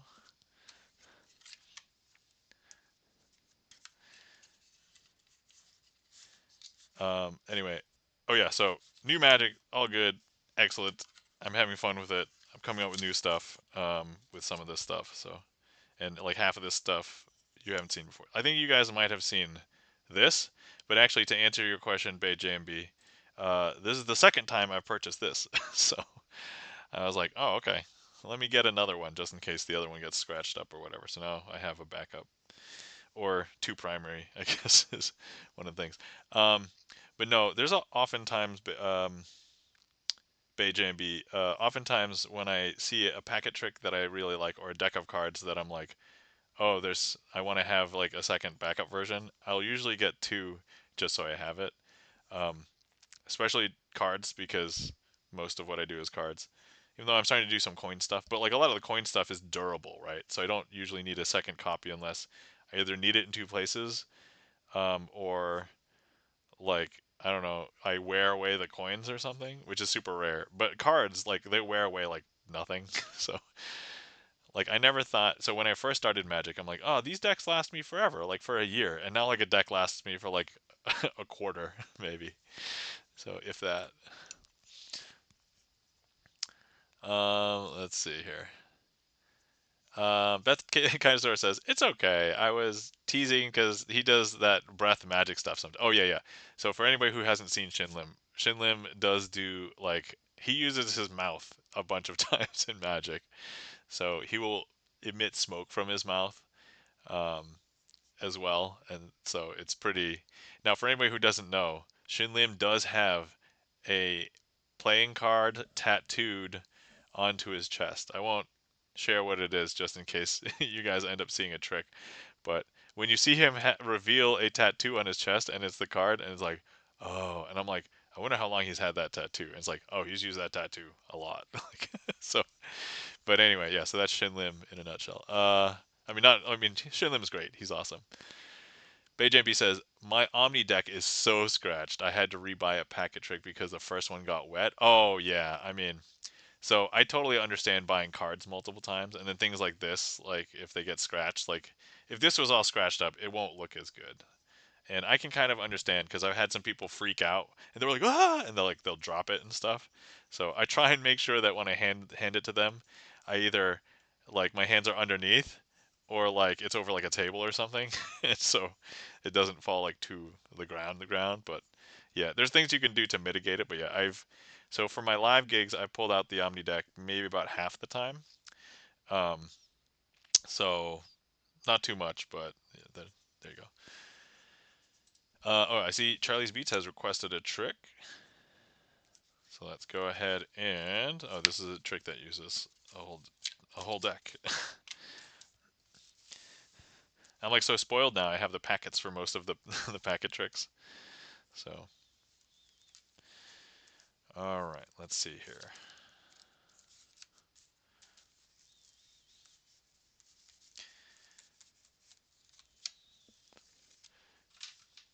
Um, Beth kind of sort of says, "Yeah, the first time it's amazing. You think about how long he's had that tattoo." And I'm like, at this point, I don't know how long he's had the tattoo, but I know that however much he paid for it, it has paid out.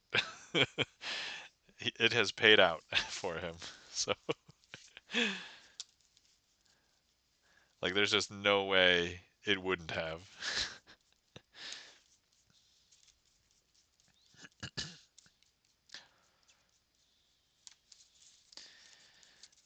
Oh yeah, I forgot. I need to also find the jokers.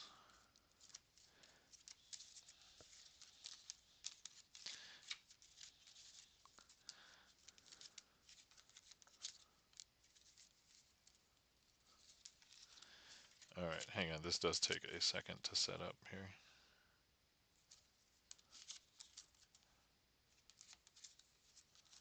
Okay.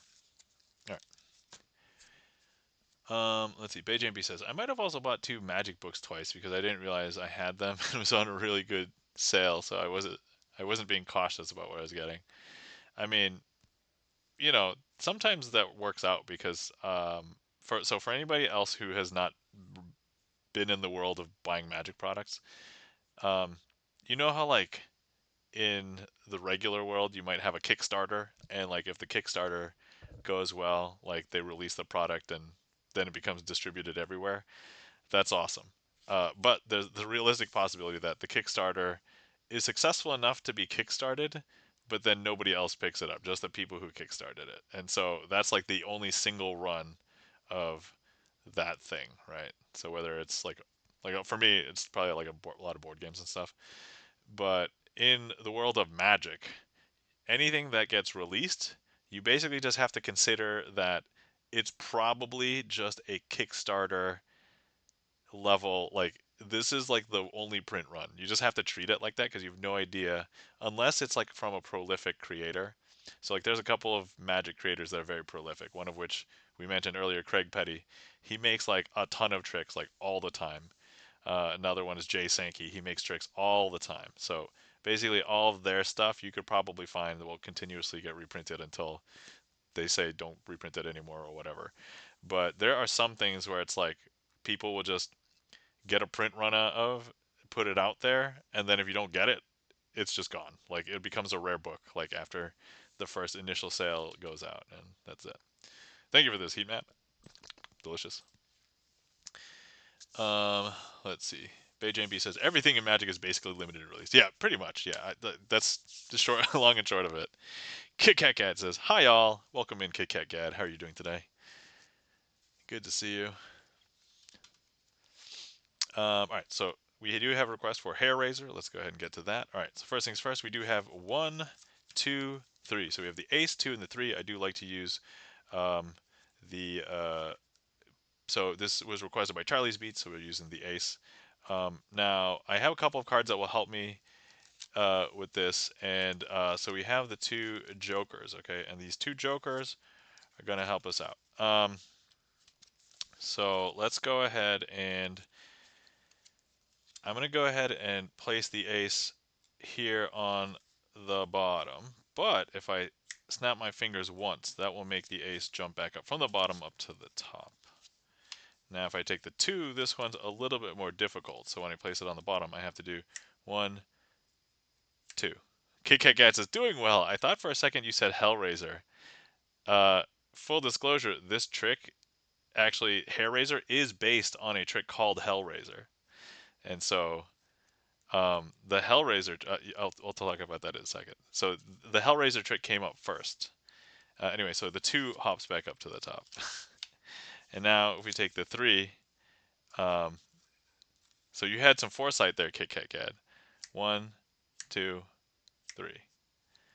And I don't know if you can tell, but that has made the 3 jump up to the top. Now, some people are like, whoa, that's really slow. You have to snap a lot. And I'm like, all right, fine. You can do that a lot quicker. See, look, I'll place this on top of the 3. We'll snap. The 3 jumps back up to the top. We'll place this on the 2. We just snap once. 2 jumps back up to the top. Place this on the ace. Snap once. The ace jumps back up to the top. Now, some people believe that some people believe that the trick to this is that the two jokers are magical, but actually, I would argue that the ace, two, and the three are the magical ones because without the ace, two, and the three, this, you know what? Maybe it's easier to demonstrate, okay? So look, let's go ahead and place the ace, two, and the three down here. And at this point, we don't need the jokers, but let's go ahead and cut the deck somewhere.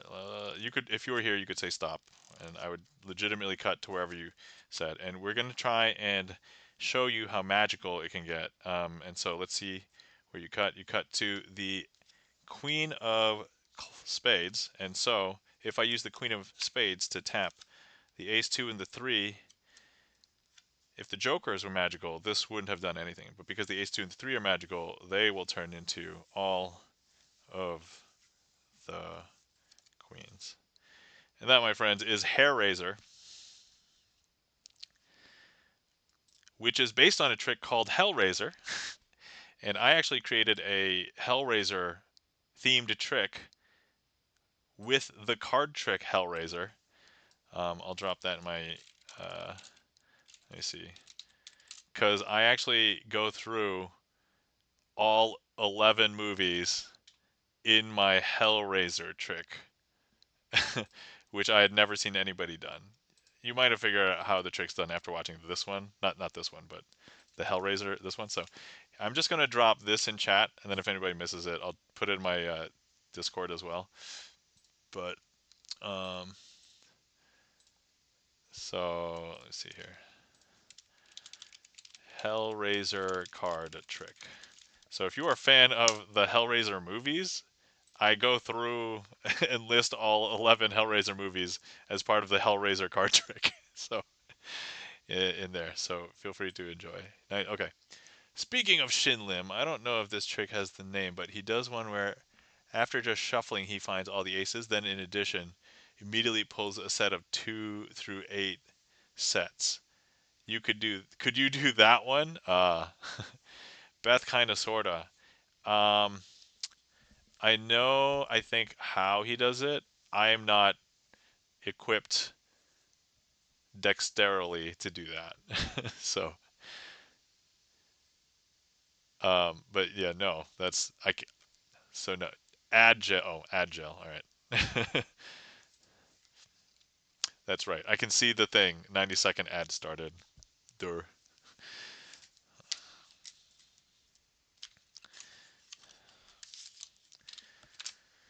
Okay, let's see.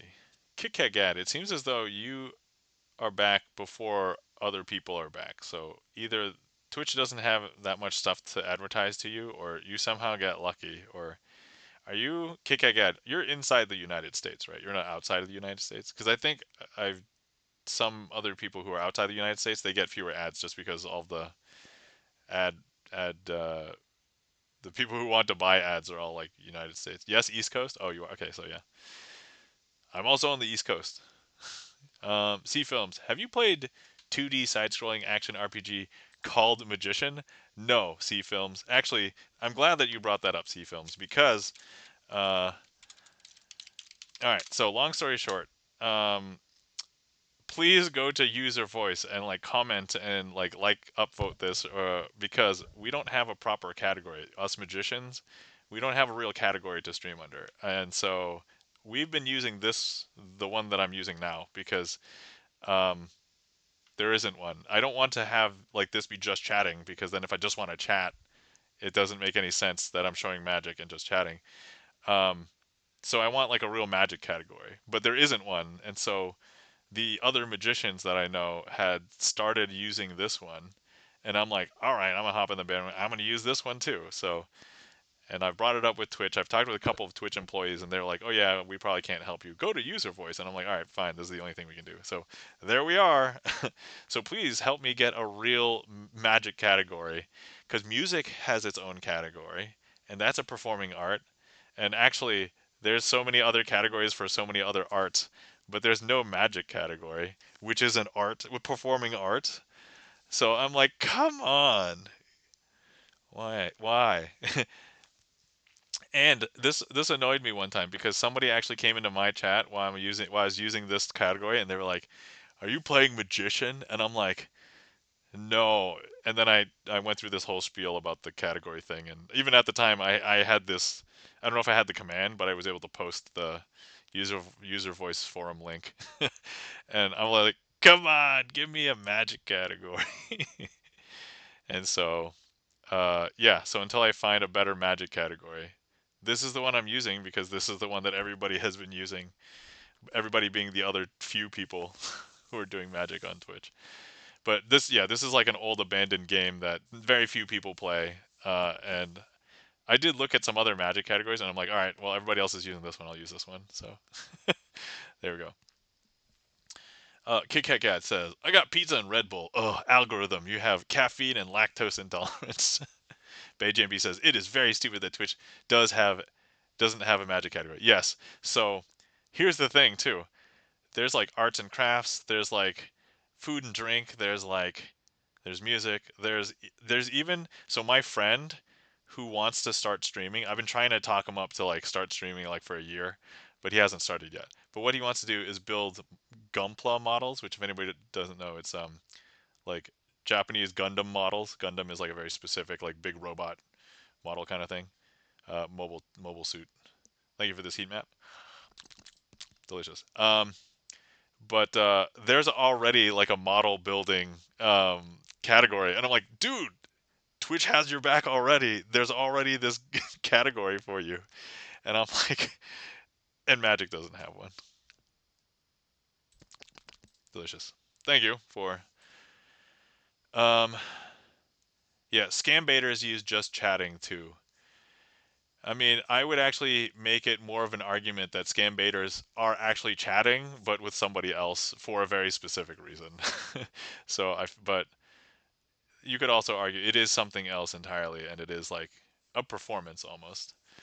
Um, but yeah, I don't know. I'm just irked because so this is where I make my stand. So until I get a real Magic category, I'm using this game because why not?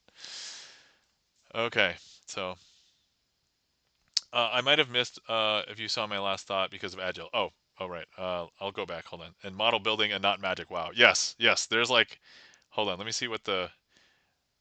Actually, wait. Let me go to Twitch for a second. Oh, I have to open up a new. Yeah. Um, let's see. Model building.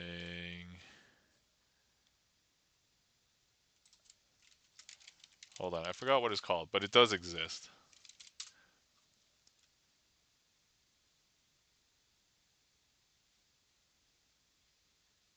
All right, I'll have to look it up later, but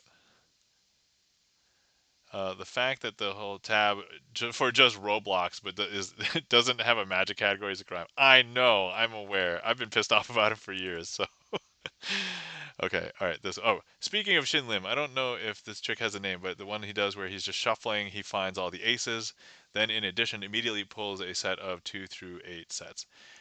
Yes, that one. Okay, yeah, yeah. So I did read that one. Sorry, I forgot if you were in ads or not, but yes. So I don't know the name of that trick.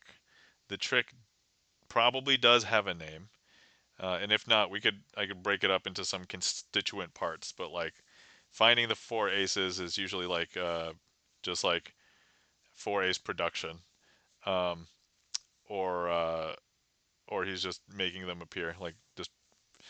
And then the 2 through 8 thing sets like he's pulling them out. So or he's just making them appear. Depends on if it's like on a black table or up against a black backdrop, or if he's in his house. Could be different, slightly different things, but for the most part, like to the audience, right? Each one of the sets are found just subsequently.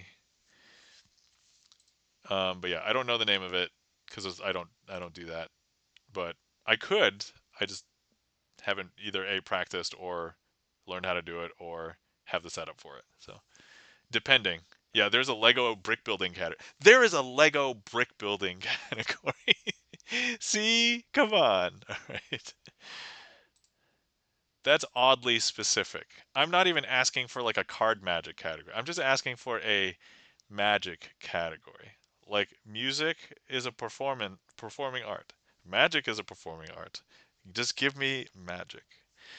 And I've thought about this just to like so I've thought about doing a Magic the Gathering stream, but I do Magic, but I'm using Magic the Gathering cards. And you guys know I can do that because I have a redeem, and so we could totally do that. But um, just so I don't know, like when I if I get fed up with or I want to make like a big stint about it, then maybe I will. The problem is I don't even know if there's like a Magic the Gathering category that isn't like arena because I'm definitely not playing Magic the Gathering arena. So there's a miniatures. That's it. Miniatures and models. That's the one. I think that was the one I was thinking of. So thank you for finding that, C Films. Yeah, Legos for life. Yeah, my kid and I we went to the Lego store last time we went to the mall. She loves the Lego store, and now she's like, able to identify like all sorts of like IPs and stuff, and she's able to point things out. And it's like, oh, that looks like a rocket ship, and I'm like, She obviously can't read what the words say. Well, she might be able to read ship, but she can't read rocket. I don't think yet. But she's figuring stuff out. So I'm like, this is like a my kid's 4, so this is very interesting, great, amazing time to watch my kid develop. Let's see. Shuffer Stern, welcome in. Hi, how's it going? Good morning. And Beth kind of sort of says, in his house with just table and cards. Yeah, yeah. If anything is in Shin Lim's house, like it's immediately sus, right? Because it's his house. It's like his stage.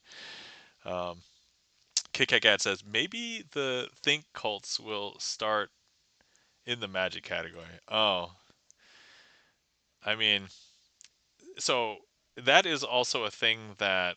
Oh yeah, they think the cults start in that. Yeah, that. So Kit Kat Gad, you do bring up a good point. And when I went down to uh, Louisiana and I was looking for magic shops because I was just trying to be a tourist, and I'm like, oh, let me see if anybody has any magic shops. I looked up magic shops in Louisiana, and every single magic shop was like a spiritual magic shop, like voodoo, that kind of that like occult kind of magic.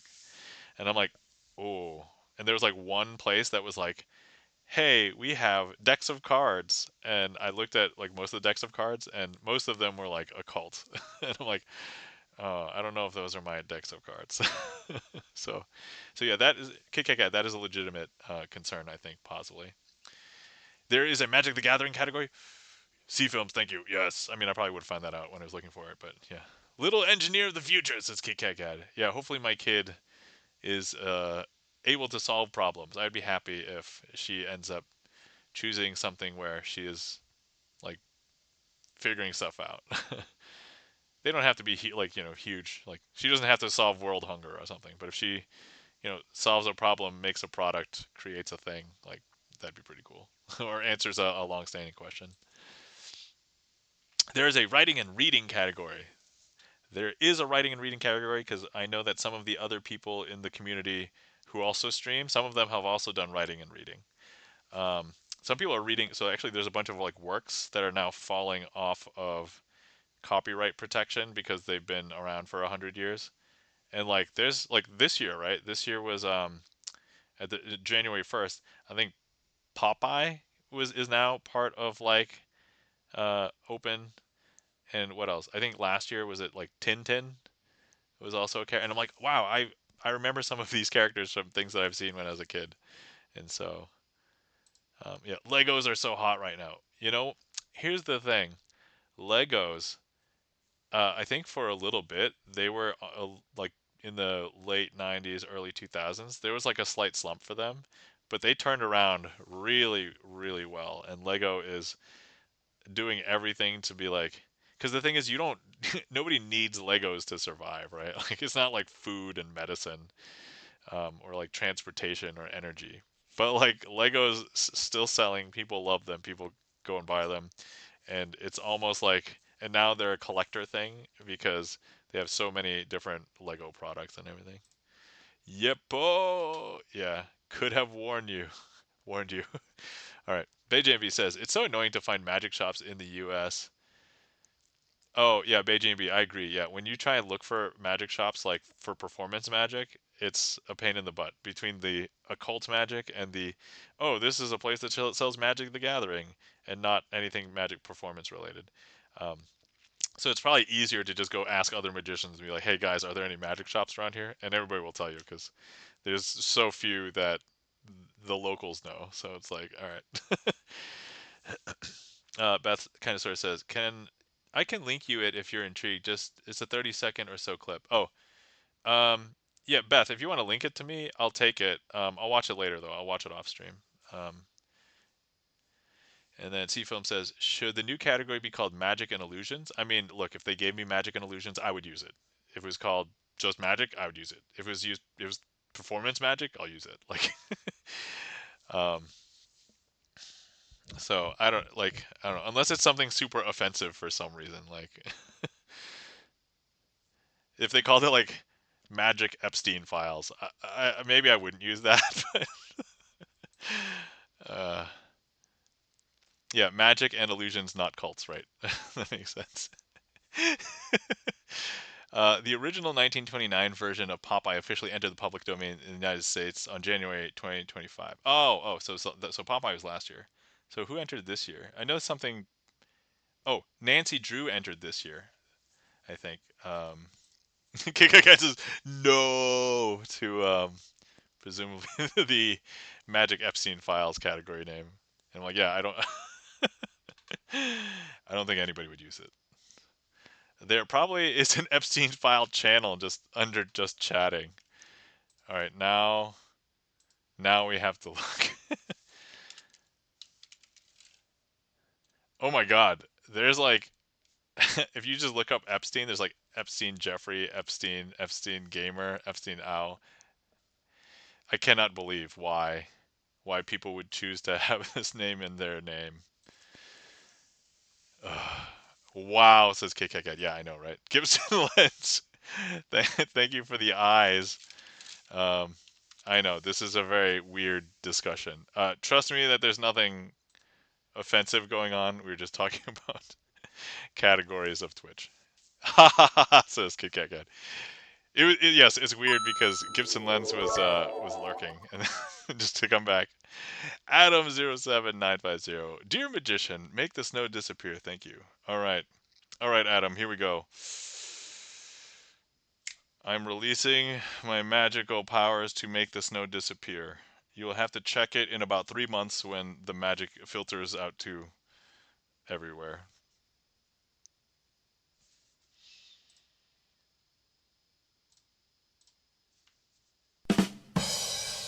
There you go. Anyway, Adam07950. Thank you so much for the 100 bits. Greatly appreciate it. Thank you so much, sir. Kit Kat Cat says categories that go before magic. Yeah. How many inches of snow are you getting? Oh, so I am not basically. We're getting nothing. I mean, it's not nothing. It's like 3 to 6 inches, but like where I live, that's basically nothing. Um, so not that much. Like I live on the East Coast, but I'm like farther north than where the storm is going. So like storm is going here, and I live like here. So it's like woo. So we're gonna get like a few inches, maybe 6 inches, but we're gonna be okay here. But if anybody like Chan the Magic Man, he lives kind of like in the storm path, so he's gonna get the blizzard like head on. And I think it's expected where he lives is probably to get like 18 to 24 inches of snow in like a day. It's kind of. But east of you is New York. I mean, yes, but it's like southeast. So, Kyo Demon, welcome in. Thank you so much for the raid.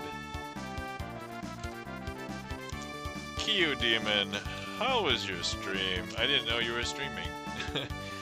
um, you were last streaming Hades? Awesome. Alright guys, if you didn't know, I've been playing Hades lately, and I'm having a glorious time. It's super fun. But Kyo Demon, thank you so much for the raid. How was the stream? Hopefully it went well. Were you doing your initial win challenge run again? Were you doing some other attempts to win? Delicious. Also, guys, the queue is empty. If anybody would like to request anything, feel free. in the interim, Q Demon says started with Bloodborne and ended with Hades. Gotcha. Okay. I'm also gonna try not to mix up Bloodborne and Blood Rain because I do mix them up. So Bloodborne. All right. Okay. Also, first of all, let's go ahead and find our Demon sign. Oh, hold on. This would be way more magical. So let's find our Demon signed Nine of Spades. So let's pretend Demon is trying to go deep down into the depths of Hades. In this case, actually, so I didn't know this about the game, but you actually usually start down in the deep depths, darks of Hades. But when you try and escape Hades, that's the point of the game. You're trying to make it to the surface.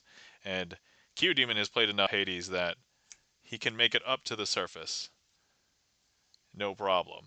And so, and I'm sure he can beat Hades many times over at this point. Um, let's see, Bloodborne, the board game? No, no, no.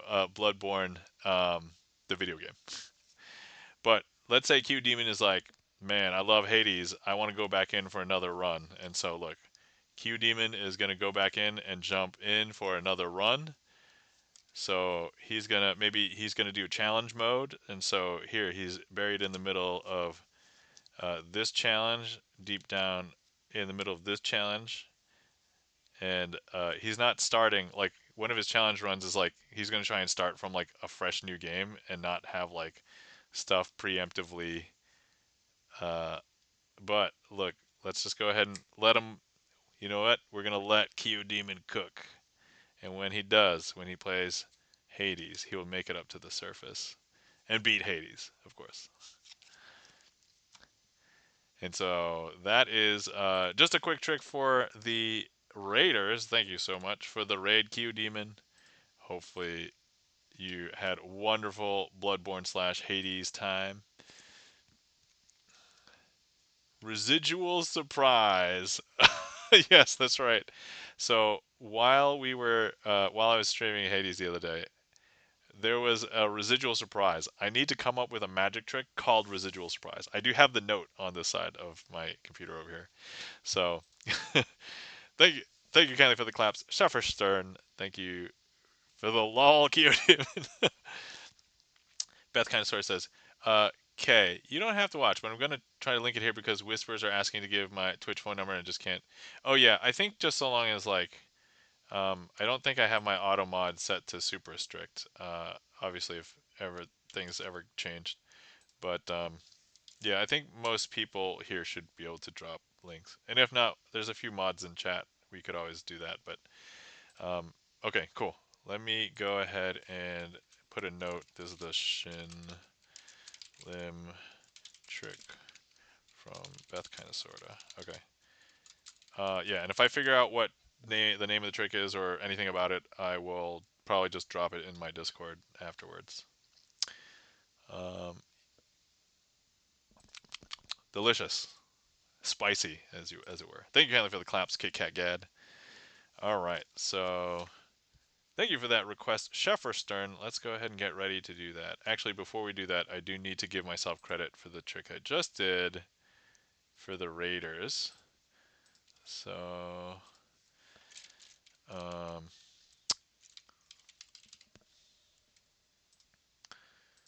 boom, boom. Okay, and then let's see here.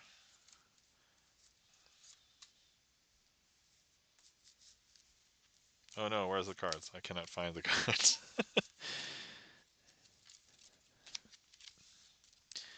Okay, last time I tried to do this with clear cards and it was not amazing. I mean, I think I pulled it off, but like I was not happy with how I handled it with the clear cards. So, all right. Okay, here we go. We have the four aces. Let me introduce you to them. Here we have the ace of hearts, the ace of clubs, the ace of diamonds, and of course the ace of spades. I'm going to leave the ace of spades here. Um, and then let me go ahead and lay down the three aces onto the table like this. Um, And then I'm going to go ahead and place 3 cards onto each pile, like this.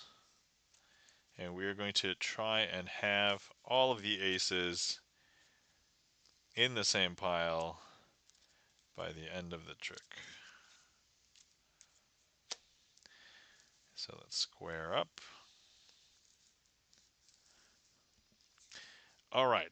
And you know what? Let's bring out our friend, the deck sock, because the deck sock loves this trick. So first things first, let's go ahead and have the deck sock covertly gather one of the aces over here.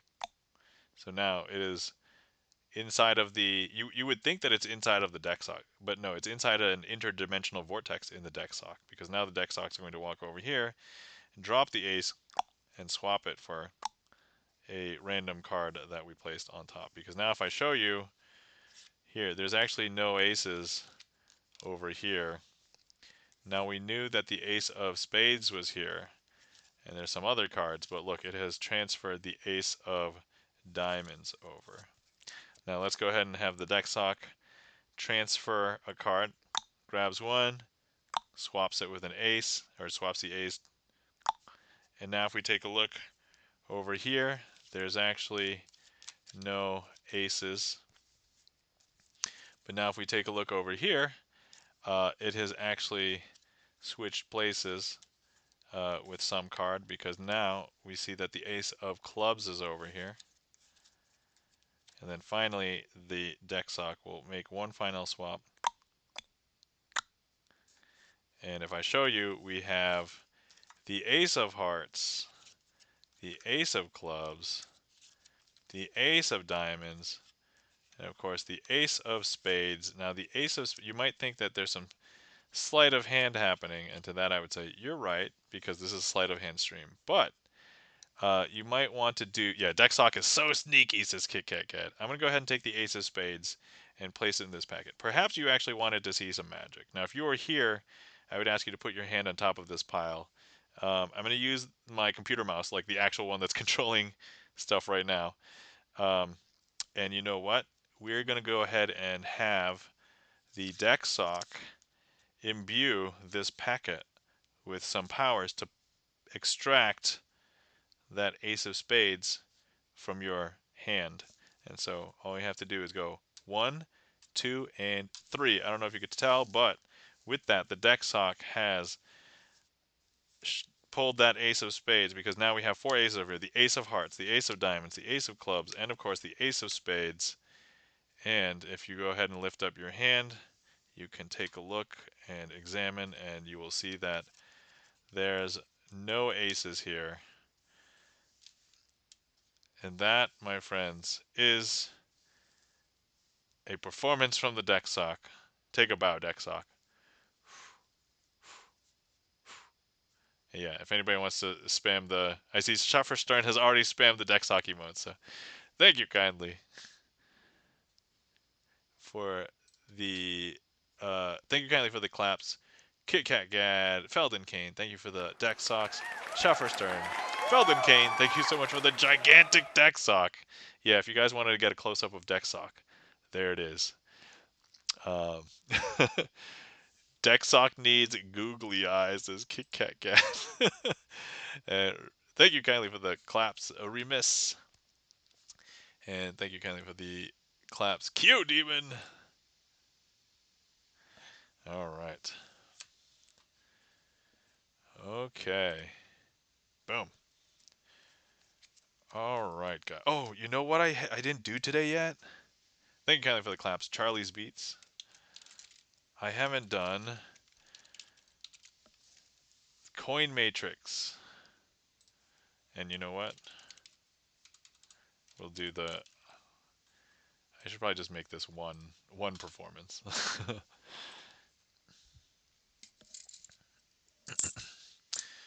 Okay, so Q Demon has redeemed tarot cards. All right, hold on.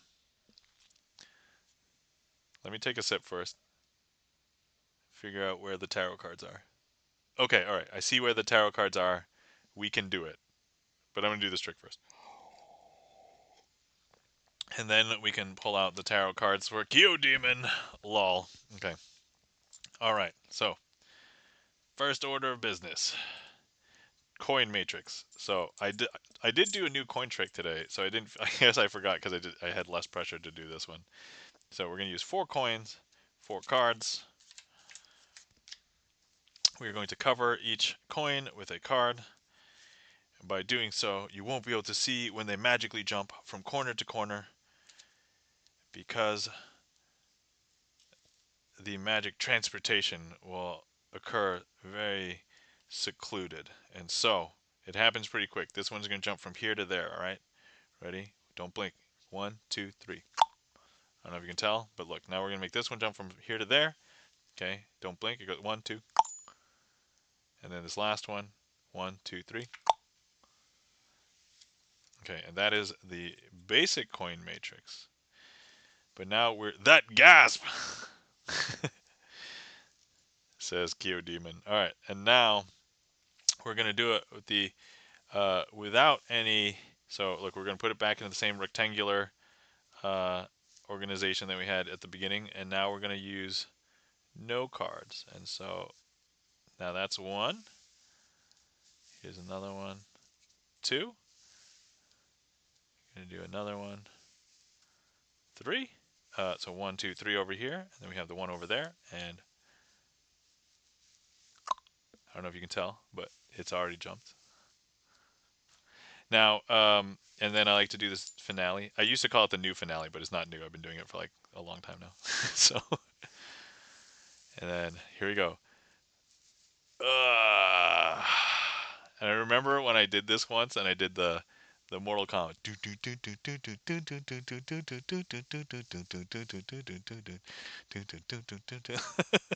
There we go. Um, that yeah. So thank you kindly. And that was the cardless coin matrix. All right. Let me see. Kit Kat Cat says this always gets me. I think so. Some people figure it out. Like I think part of it, but like to be able to understand each and every piece, there's a lot of things moving on. So I can understand if you can't follow along the whole thing, but they're like, if this, then, but then how did you do the first thing? And it's like, oh, I don't know. Like, and then the cardless one is like probably more mind blowing because I don't have cover of cards. But I'm using my hands though, right? Like I'm basically covering it with my hand. Almost the same. My hand's like just as big as a. My hand's bigger than a playing card, right? So it's almost more unfair. Um, Min, welcome in. How's it going, Min? Lol, I feel like a monkey. I mean, we can all feel like monkeys because we all primates. We're all mammalian primates, so that might feel normal. Thank you kindly for the claps. Schaffer Stern, Felden Kane, thank you for the applause. Keo Demon, KKCat says to Min, rattling the cage of trying to figure out what's going on. Yeah, I just want to let everybody know, don't lose any sleep over all of this. This is sleight of hand, and if you believe it's real magic, just say sleight of hand anyway, because I don't want to get dissected or anything by governments that think I have real magic. So, best cover story ever. All right. So thank you, Kylie, for the emotes, Felden Kane. All right, so we have a tarot card redeem, which, for anybody who doesn't know, I have a bunch of redeems here in the channel. You can use channel points, and if I can do a trick using a different deck of cards or kind of cards, you can redeem it. So we have redeemed tarot deck today, and I have a bunch of tarot decks to choose from. So, but I have to retrieve them. Please hold. They're in this box on this shelf over here. Wait. Oh no, that's not the box. Wait. No, they're in this box. Sorry.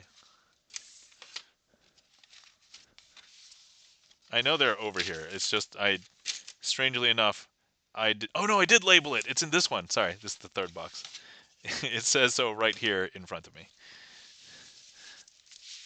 Uh, okay. Oh, that's right. Because I changed the box that it was in. That's why. All right. So for anybody, I was looking at my bookshelf, and it literally says tarot decks on the post-it on the box. Sheffer Stern says, "Can I still get a card signed?" Sheffer Stern, yes. The answer is you can sign a card. There are Not that many to choose from in the current deck, but the answer is yes. Hold, says Kyodemon. So let me see. So this one is open. This one's open. And I know that there's a bunch of clubs open. Hearts is very popular, so I think Hearts mostly filled up already. But if you would like to sign a card, Chef or Stern, these are the ones you can choose from.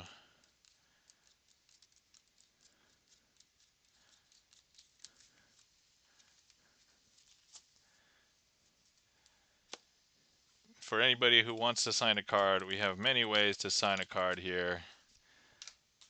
All of them show some sort of support, and the way that you would support without any financial support is channel points. We have a lot of channel points. So, but anyway, while we're on the screen, if anybody wants to sign any of these cards, so once we fill up these cards, I will get a new deck, and then everybody can choose it when they sub, or donate, or use channel points, or whatever. The new deck, you will get to choose a different card. All right, so Kyodemon, I have many tarot decks. Do you have a preference? We have like an astrology oracle deck. We have a what I would call the standard tarot deck. We have a movie tarot deck. We have a steampunk tarot deck. So Kyodemon, if you are there, let me know if you have a preference. Redeem sign a card. No hearts left, says Bay JMB. Shuffer's turn. I like the 9. All right, you can sign the 9. Thank you so much for your support, Shuffer Stern. Thank you so much. Really appreciate it. Now, let me find my... I have a Sharpie that's like right here. Okay. I like steampunk. All right, great. So we're going to sign this card for Shuffer Stern. We're going to go ahead and use this deck for Kyodemons Redeem. And then, all right, I'm going to make sure that I spell Shuffer Stern correctly. And let me see. Let's see, do we want it to go through the middle or do we want it to be on the top? All right, let's just go ahead and go right through the middle because this is, if it was black on black, then, but this black will show up on the red. So, all right, I'm gonna make sure I spell it correctly. Shuffer.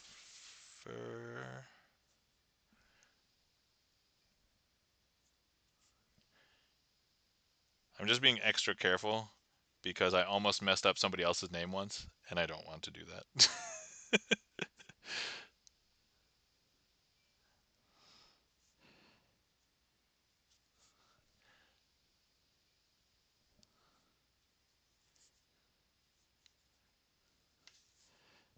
Schaffer Stern underscore. The underscore is important, as everybody knows. I'm not just crazy Asian, I'm crazy underscore Asian. There we go. All right, Schaffer Stern, thank you so much for your support and watching many of my streams, not just the magic ones. I greatly appreciate it. And of course, when you request a trick, if I can use your card, I'll try and use it. So,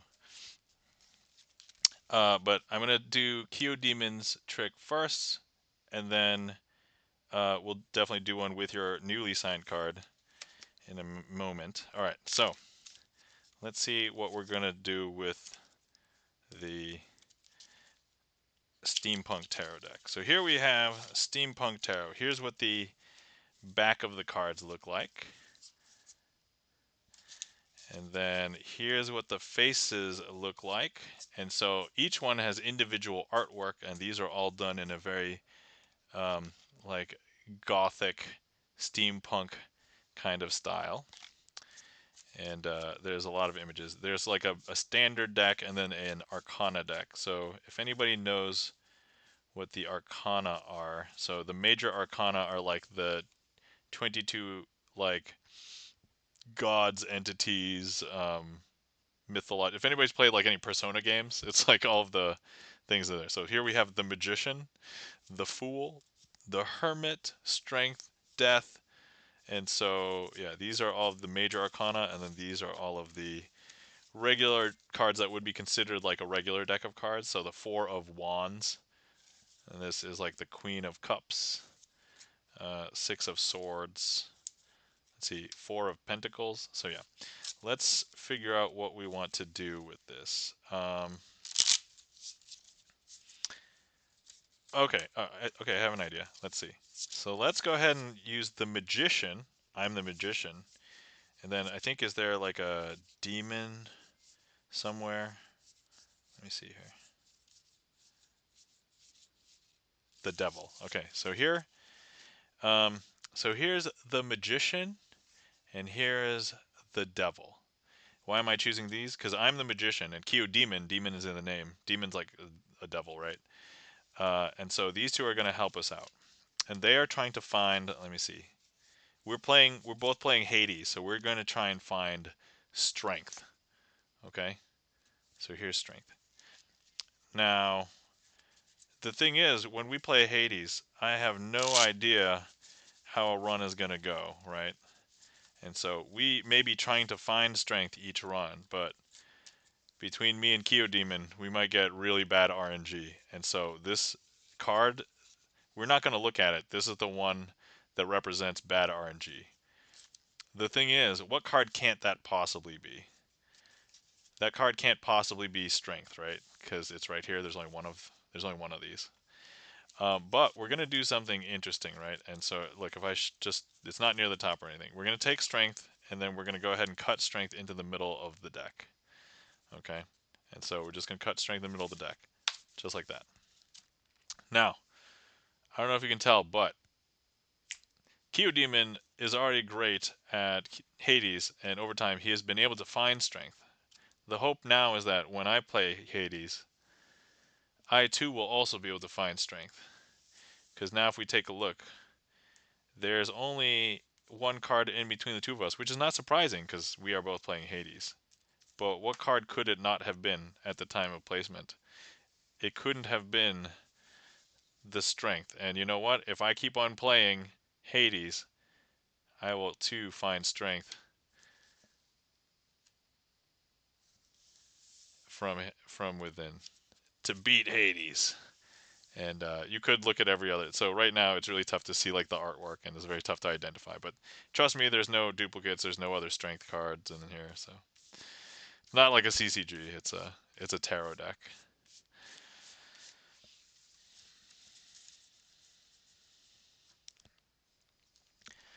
Um, I'm sorry for the ad break that hopped up during that. The storytelling. Wow. Thank you, Q Demon. Yeah. So I'd like to pride myself on the fact that, I may know a lot of these card tricks, and yeah, there's like a standard story to them. But like part of the reason that I am doing this, where I'm storytelling, telling different stories, first of all, it means something to the people that I tell the story about. Like there would be times, I think, like in the past, like during my first year of streaming, like there'd be like maybe a few people in chat, and like Charlie's Beats has been here like very early. Charlie's Beats has probably gotten so many tricks done just because he signed a card, and then like I knew he was in chat, and I'm like, and he requested tricks, and I'm like, Charlie, these tricks are for you because I'm just doing Charlie's Beats tricks because so. And the fact that when I switched over to this deck, because I think when he signed a different card, he had signed a previously. I think he signed like a 5 of Hearts or something. But in this deck, he signed the Ace of Spades because he was like, "Oh, there's a lot of tricks that use the Ace, and the Ace of Spades. A lot of people name it anyway." So, but yeah. So thank you kindly for the claps, Kyo Demon, Schaffer Stern, but Felden Kane. Thank you kindly for the claps. But yeah, the reason why I want to do the storytelling, and like it helps me practice being entertaining, right? So, and the thing is, if I'm not funny, because that's one way to be memorable and entertaining, then the other way to be memorable is to make the trick really count and matter for your audience. And so, when I'm not trying to be funny, I'm trying to connect with whoever's in the room, right? So, if I can just make up a trick like story in the moment, just playing off of like what people say, then I'm already going to be seen as, whoa, he had this amazing trick about me, and and I've already done this in real life, in some real life gigs, and it's like it hits so hard. Like there was a recent birthday party. I did talk a little bit about it on stream, but the person who hired me told me a little bit about the person whose birthday it was, and I basically nailed like all of the things, almost all of the things that they requested, because I think they requested like to talk about the Buffalo Bills, which is like an NFL football team. It's the local one around here, so it makes sense. Um, Seinfeld, The Sopranos, and I was like, all right, I can hit Seinfeld because I've at least seen Seinfeld before. I was able to hit the Buffalo Bills one. I didn't know anything about Sopranos, so I'm like, you know what? I'm gonna cut that one. Forget that one. But those tricks meant a lot more to them than just the other tricks. Like if the trick wasn't mind blowing, then they'll remember the ones with the stories. When I did the Harry Potter gig, there was like a party where the birthday party where they were just celebrating Harry Potter stuff, and I was able to adapt like 5 or 6 or 7 tricks to Harry Potter, and they were like, "Whoa, that's so awesome! There's so many Harry Potter tricks," and I'm like, "You're welcome." Like, so, but yeah, it's super cool. Like, I don't know, the storytelling. Like one of the goals this year too, for my YouTube channel, for me just doing magic in general, is that I want more of my magic to mean something, and so just doing like tricks the same way ain't gonna cut it anymore. Like if for something quick and visual, like the coin matrix, I don't know what story I could tell. Like I've told like Star Trek transporter stories all the time. But yeah. So anyway, I have a lot of tarot decks. If anybody ends up redeeming tarot deck stuff, we have many to choose from. There's this many to choose from. But yeah, the storytelling. Like there's one of my tricks in the trick list. I think I've story told like I don't know, like at least a dozen and a half different ways. And I'm like, wow, I'm pretty sure I've done this trick like hold on, how many times have I done the trick? I have statistics on this. Okay, so according to my trick list, I've done it 45 times, and I'm certain I've probably dressed it up like 18 different ways. Like, so, all right, okay. Where was I? Oh yes, we're going to attempt to do a trick for Stern using the new Stern signed card. So let's go ahead and do. Oh, I see a redeem the Q. Oh, okay, all right. We're gonna do Q Demon's gigantic cards after Stern used card trick. Sorry, no, don't be sorry. It's fine. Look, they're your channel points. You redeem however you want. And I'm usually pretty good about if I don't do the thing, we'll give you back your channel points. But yeah. No, no, it's all good. It's all good. So don't you worry. Um, let's see. What trick can we do for Stern?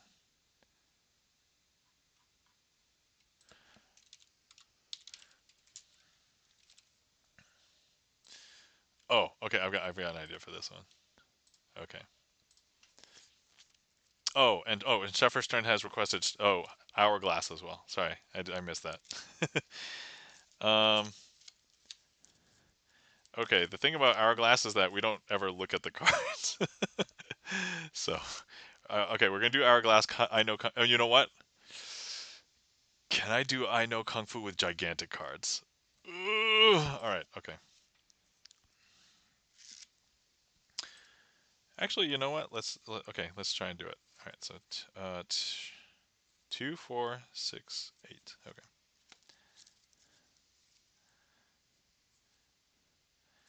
All right. So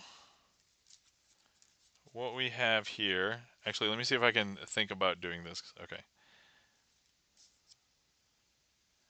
Okay. So here we've got 8 cards. 4 over here. 4 over here. And what we are going to do is we're going to go ahead and play it. So 1, 2, 3, 4 over here, and then over here, 1, 2, 3, 4. So look, Stern is over here. Okay, we're just going to go ahead and just have Stern be face down for the purposes of this trick. Um, so this is like an hourglass, and let's pretend we turn the hourglass so that down for you is that way, right? And if you've used an hourglass before, the sand will travel from here down to here. And before they had an equal number of sand because there was the equivalent of 4 cards worth of sand here and 4 cards worth of sand here. But now it's been sitting like this for a second. And if we count the amount of sand here, this is now 1, 2, 3. And if we count the sand down here, this is 1, 2, 3, 4, 5. Right? Okay. But now, look, if I reverse it, I'm doing this as fairly as possible, right? This is the one that had 5, and this is the one that had 3. But now, if we just let some sand fall down, now if we count this, we have 1, 2, 3, 4. And now if we count this as well, we have 1, 2, 3, 4. And I don't know if you can tell, but we're leaving the hourglass like this. So more sand is traveling from here down there. And I don't know if you can see, but now the amount of sand is 1, 2, 3. And the amount of sand down here is 1, 2, 3, 4, 5. But not only that, we can actually inspect the amount of sand in these piles. There's actually only 3 here, and there is actually 5 over here. And Schaffer Stern's signed card is over here. It just so happens that, we think that as time passes, when we're older, we really value it because we think we have a lot, right? And so the time may all look the same. But up here, when you were younger and you don't have that much time, you think when adults say, hey, what time is it? It's time to go to bed. You think it's a joke. And that, my friends, is hourglass.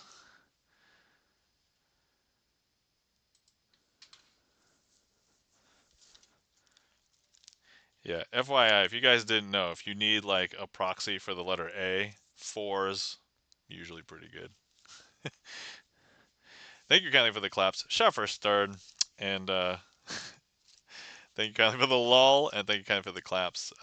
Kyo Demon, Shaffer Stern, and Felden Kane. Alright, so that was Hourglass. Okay, alright. Gigantic cards. Alright, Kyo Demon. Kyo, I don't know if you have attempted to redeem gigantic cards before, but they are obnoxiously big. Where are they? I know I have them somewhere around here. Oh, they're sitting on top of this. Here we go. Okay. All right. So, you know what? And I put this one in, I thought, for the other one, but you know what? Let's see if let's leave it up to the fates to see if I can do the random trick with gigantic. Oh God.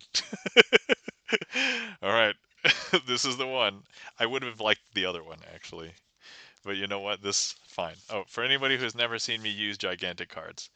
Here we have gigantic cards. So, for reference, the regular standard size playing cards is this big. These cards are just slightly smaller than 4 times as big. So like if I take 4 of these, it's like a little bit narrower than all those. So, and ad break is starting soon. Oh, okay, great. I can set up for while this happens. All right, let's go ahead and use these, and then I'm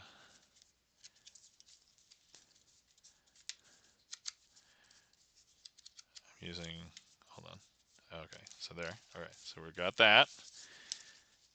And then mind blown, Sheffer's turn. Thank you so much for the mind blown, even though I didn't do anything yet. So now I need to find. Do I want to find hearts? Okay, let's find hearts. I need the 2 and the 5 of hearts. Here's a 5, so no 2. All right, that's cool. Nobody's missing anything. I'm literally just setting up for the trick. By setting up, I'm just finding cards. So, and then we're gonna hope I can do it.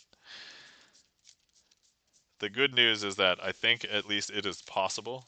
This one, this is not one of the ones. There's some tricks where I'm like, that's impossible with big cards, but this is at least I think doable.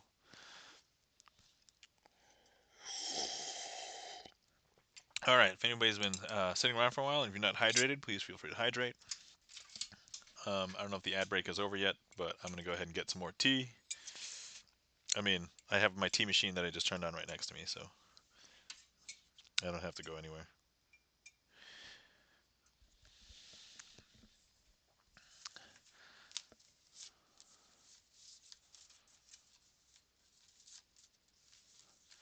Okay. Mm,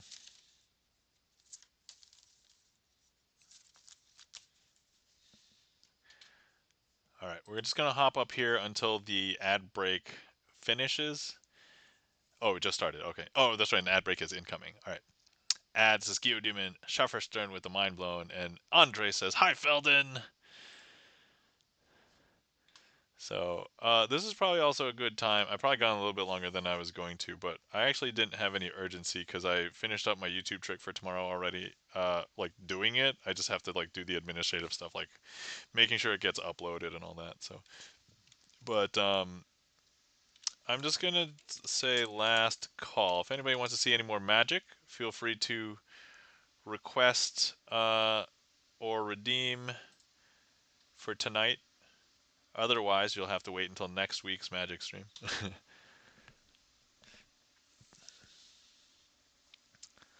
So let's do last call. And then, of course, if nobody requests anything, I will still do a finale in addition to this trick. This, I don't think that I should ever use gigantic cards for my finale because it is a little too unruly. There's a lot of possibility for messing up. So, but if I don't do the tricks with gigantic cards, I don't get any practice with them. So, okay. And then, oh, Charlie's Beats is requesting one. Charlie's Beats requesting a hard one. Excellent. Well done, Charlie. Reaching deep cuts. I can also prep for that one, I guess, while we're waiting for the ad break. The ad break is finishing now. All right. Well, I guess I'm not able to prep for that one. No, no. You know what? I'm gonna. Everybody's coming back now, right? They aren't quite back yet, so therefore, it's okay. Um. All right.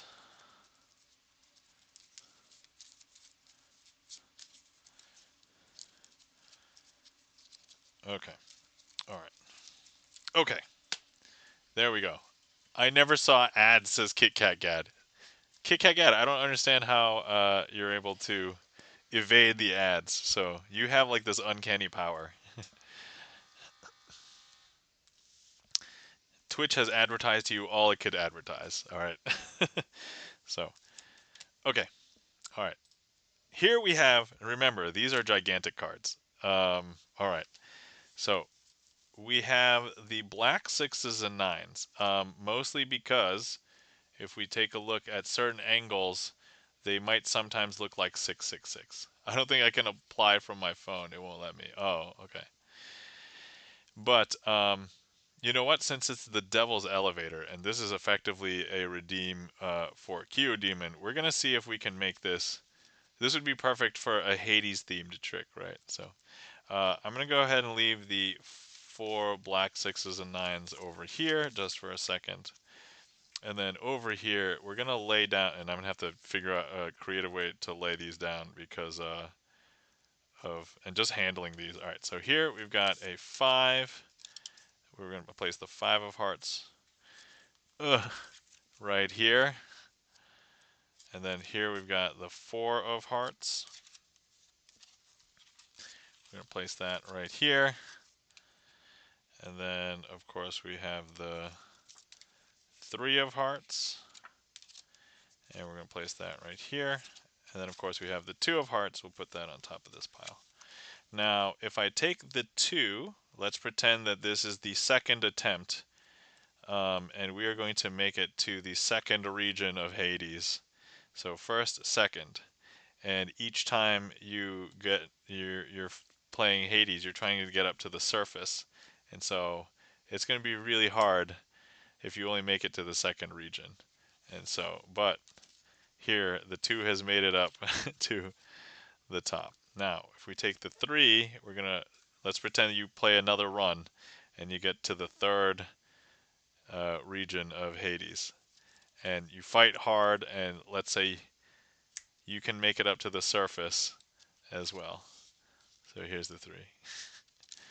However, you try and look back at your inventory, and you're like, hey, were there any sort of like crazy, and you try and take a look, and there's like, hey, there's nothing like region specific that you can use here. And so now you're going to take, you get to the 4th region, first, second, third, fourth, and you're going to try and make it up to the uppermost level where Hades is. And so, I don't know if you can tell, but look, that's hop back up. And then now you may think that there's 4 regions to get through, but then there's that secret surface one. So here you're going to try and make it all the way, right? You've got to go through 1, 2, 3, 4, and then make it to the surface of Hades. And now if we close this up, I don't know if you can tell, but you fight through, you power out, you use your darkness, you keep your revives high, you too can make it up to the surface and beat Hades. And that, my friends, is I would say the storytelling was the poorest part, but actually I think I executed all the sleights perfectly fine. That was the Devil's Elevator with gigantic cards, also trying to theme it as Hades-ish kind of thing. So long story short, I was actually, yeah, I was a little bit not happy with how I told the story. Like, I think if I just had small cards, I could probably focus on. Kyo Demon, thank you so much for the 200 bits. Thank you so much for the gigantic card redeem.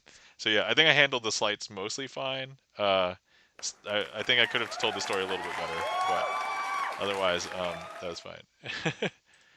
Kit Kat Gad, what region were you in the game? Kit Kat Gad, yesterday I made it to Hades for the very first time, and then I died. So I did not defeat Hades, but I made it to the surface. I made it to the top, and I fought Hades.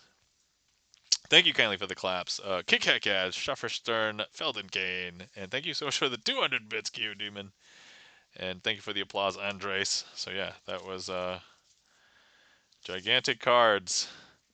That was a tough one, I think. Okay, all right. I'm going to attempt to do a trick with the gigantic cards. This is called the snap change, okay? So here we go. All right, time to drip the faucets. All right. Okay, here we go. 1, 2, 3. I don't know if you guys saw, that was a very seamless, completely invisible color change. So anyway, if anybody had been wondering how that one actually looked, that's basically how the snap change works.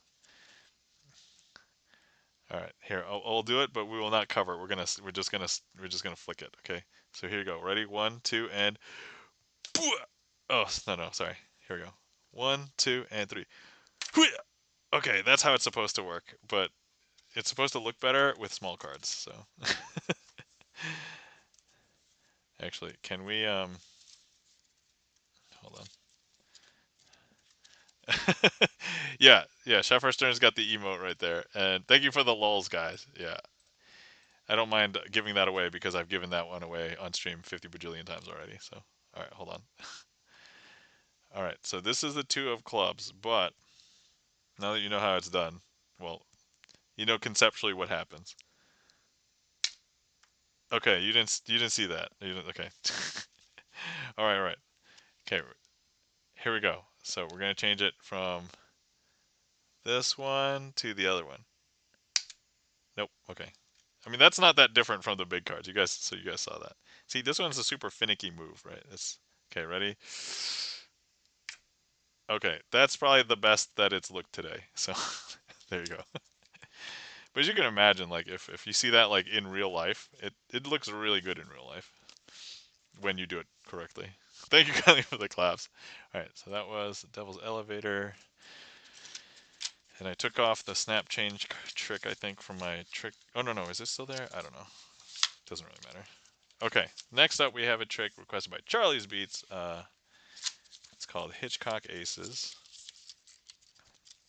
This one is like, I confessed on stream once that I think this is probably one of the most technical tricks uh, in the trick list. So there's a lot of stuff to do to remember.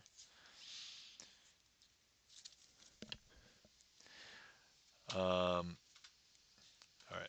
Thank you kindly for the claps. Cue, Demon, Sheffer, Stern, Feldenkane. All right, here we go. So we have the four aces. Let me introduce you to them. We have the ace of hearts, the ace of clubs, the ace of diamonds, and the ace of spades. We're going to leave the ace of spades here.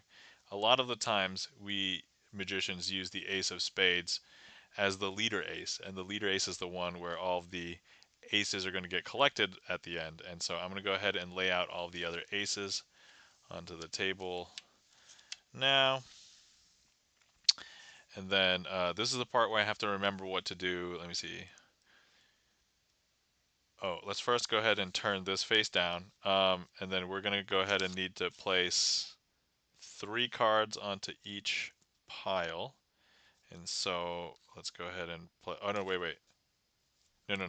I place a card. See, this is so here I'm going to place a card onto this pile, onto the ace. Actually, the aces can be face up. I forget. But now we're going to place 3 cards on top of this pile like this. And now with these 4 cards, 1, 2, 3, 4, I'm just going to go ahead and swap that ace from that pile and just give whatever this card was. Because if we take a look, there's no aces here. I think that card was that, right? And then the ace of clubs has jumped down from up there to down here. Now we're going to go ahead and grab some other card, place that here. Once again, we have these 4 cards here, but I'm just going to go ahead and swap that with this one. I don't know if you can tell, but now if we show you, none of these cards are aces. Actually, I think it was that one, because we've swapped it with the ace of hearts. And now some people don't believe in here. Let me just show you that this is actually the ace of diamonds. But some people don't believe that this trick can end the way that it ends. And I do promise you that all the aces will end up together at the end of the trick. Okay, but here's what we're gonna do. I will make sure to leave the 3 aces down here, right? So 1, 2, 3. And if you were here, I would go ahead and ask you to place your hand on top of the ace of diamonds. And if you were here, well, I'm going to use my computer mouse. And I'm just going to go ahead. Oh, yeah, we need to shove a few other cards underneath your hand there. And then we do need one more card to round this out. So let's go ahead and put, that's a queen, right? So let's put a queen down here. But actually, would you now believe that all the aces are together? I know it's really hard to believe, but I don't know if you know. If you actually look underneath your hand right now, you would actually pull this off. You could look at the card yourself. You can turn them up however you want. I think a lot of people would just be like, "Wah!" Turn them all over, and all of the aces have gathered underneath your hand. And wait, what cards are these? A lot of people might believe that they're just random cards, but actually they are all 4 kings. And that, my friends, is Hitchcock Aces.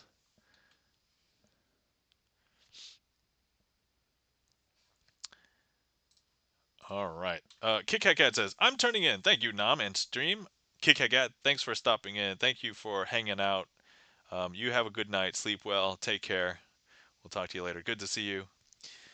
Thank you kindly for the claps. Keo Demon, Felden Kane, Shuffer Stern, Charlie's Beats. All right. Excellent. So, and since we did that trick, I won't end with Picasso aces, but I wasn't going to end with that trick anyway tonight, probably. So, and thank you kindly for the claps, Andres. All right, let's see here. One of my favorite tricks to end with, this one. So we'll do this one for the finale. And it appears as though the queue is empty, so this is probably a good opportunity to close the queue And then I'm going to put in the finale trick. We'll do this one. And now it's that time where I thank everybody. So, thank you so much, everybody, for coming to hang out with me tonight here on Sleight of Hand Sunday. Kind of a nondescript, like, it's not the Super Bowl. It's not like Valentine's Day. It's not, anything. Barney of the Rubble, welcome in. How's it going? Good to see you. Thank you for the attempted request of Penn and Teller Fool Us. I think I'm a very far cry from being on Penn and Teller, so I don't think that's going to happen anytime soon. Um, but let me get a few more gigs and maybe come up with some magic. We'll see. But who knows? Honestly, if I just ever get a chance to like meet them, I think that would be pretty cool. So I don't have to be on their show. Um, Chan is going on Penn and Teller. I don't. Chan is going to see Penn and Teller. I don't think Chan is going to be on Penn and Teller, right? I have met them. Awesome. That's so cool. I have not met them. I've seen their show live though, but all right. Let's see. He is performing. Chan is performing. All right. We'll double check with Chan later. All right. Cool.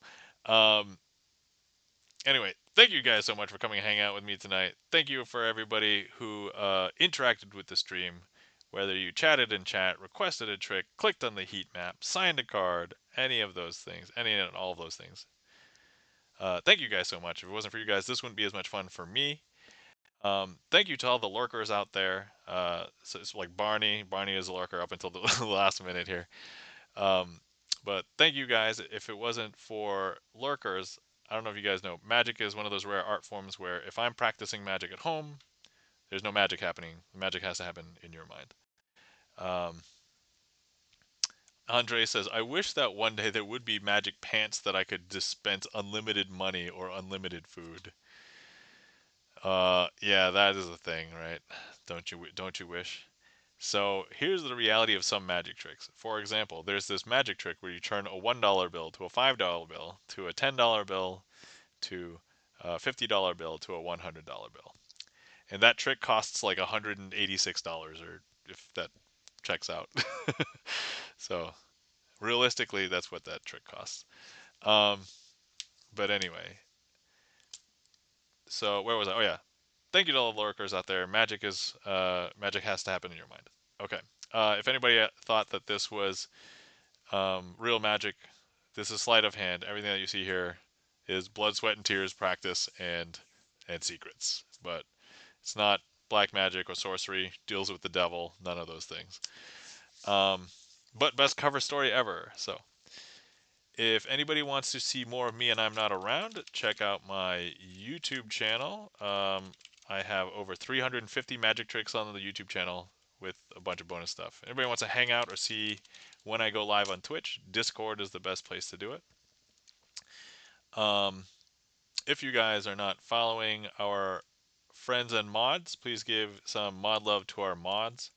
Uh, First up tonight, we saw our buddy Chan the Magic Man. Please give Chan the Magic Man a follow. Chan is also the one that Barney is referencing. Um, Chan the Magic Man is a magician and also does magic streams on Mondays, so give him a follow. If you guys are, oh, should I wait for the?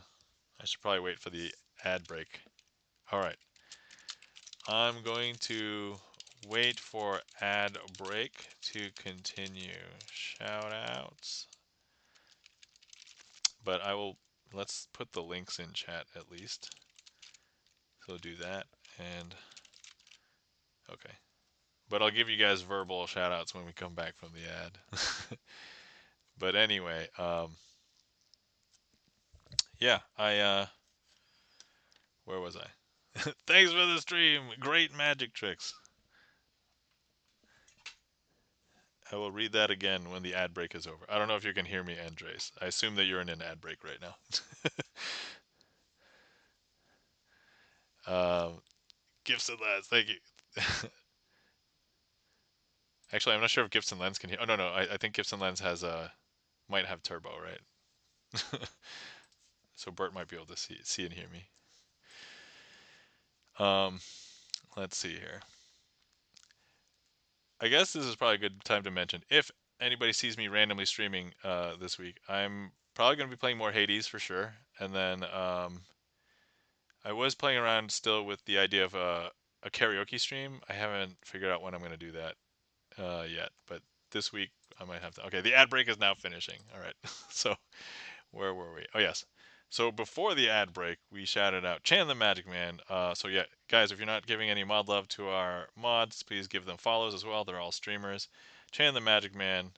If you're not following our friend Gibson Lens, please give Gibson Lens a follow. Gibson Lens, pianist, composer, writes a bunch of his own music, is a game developer, and also movie critic. So if you come into a Gibson Lens stream, you'll probably see me putting up a poll for whether Gibson Lens liked watching a movie or not. So I enjoy it. I still can't predict if Bert likes a specific movie or not. So that's sometimes it's a good run, and then other times it's like, man, I got one right tonight. Like,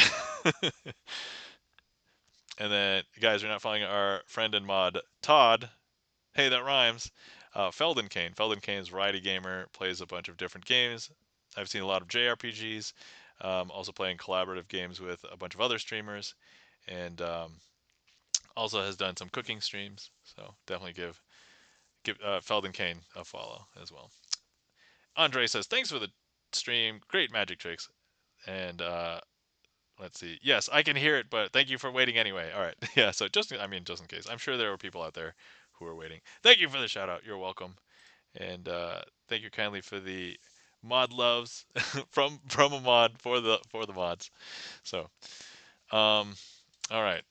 Let's see. I told about my blah blah blah blah. I said all the other things, and then yeah. So I'll probably have Hades streams for sure because I'm literally thinking about Hades like while I was doing some of those tricks.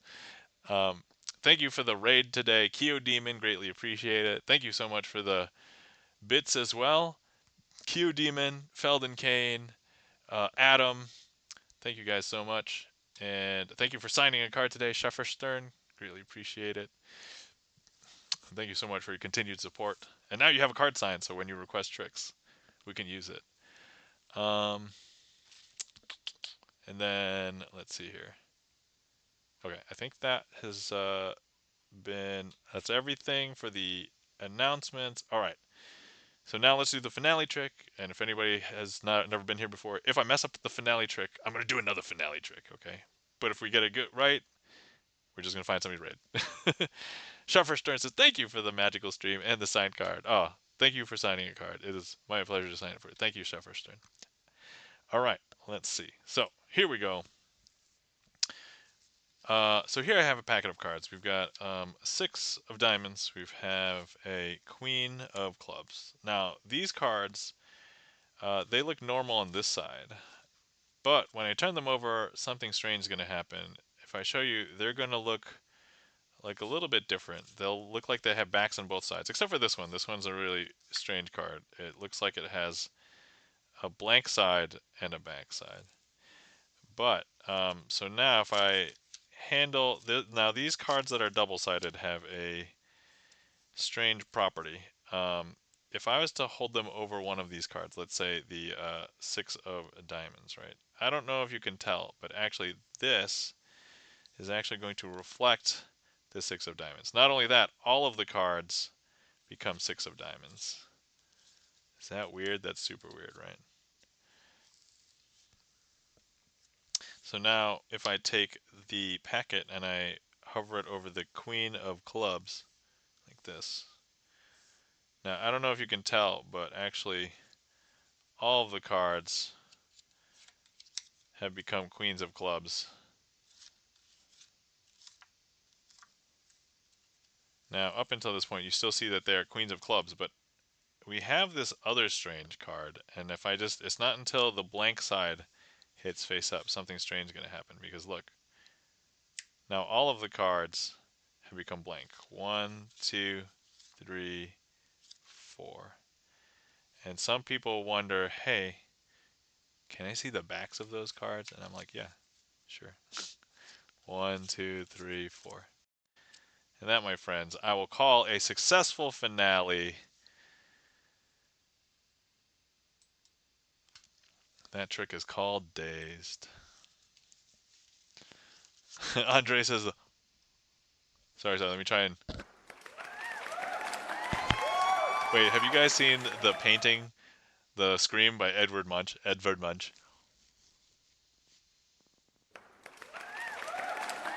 I'd like to imagine that that applause was for the was for the scream. Thank you kindly for the claps. Q Demon, Felden Kane, Charlie's Beats, Charlie's. I almost called you Charlie's Bits. All right, I'm gonna start that over. Thank you kindly for the claps. Q Demon, Felden Kane, Charlie's Beats, and thank you kindly for the applause. Schaffer Stern and Andres. Q Demon's like lol. Gibson Lens. Oh yeah, that's right. Gibson Lens has got the emote right there. It's got the scream.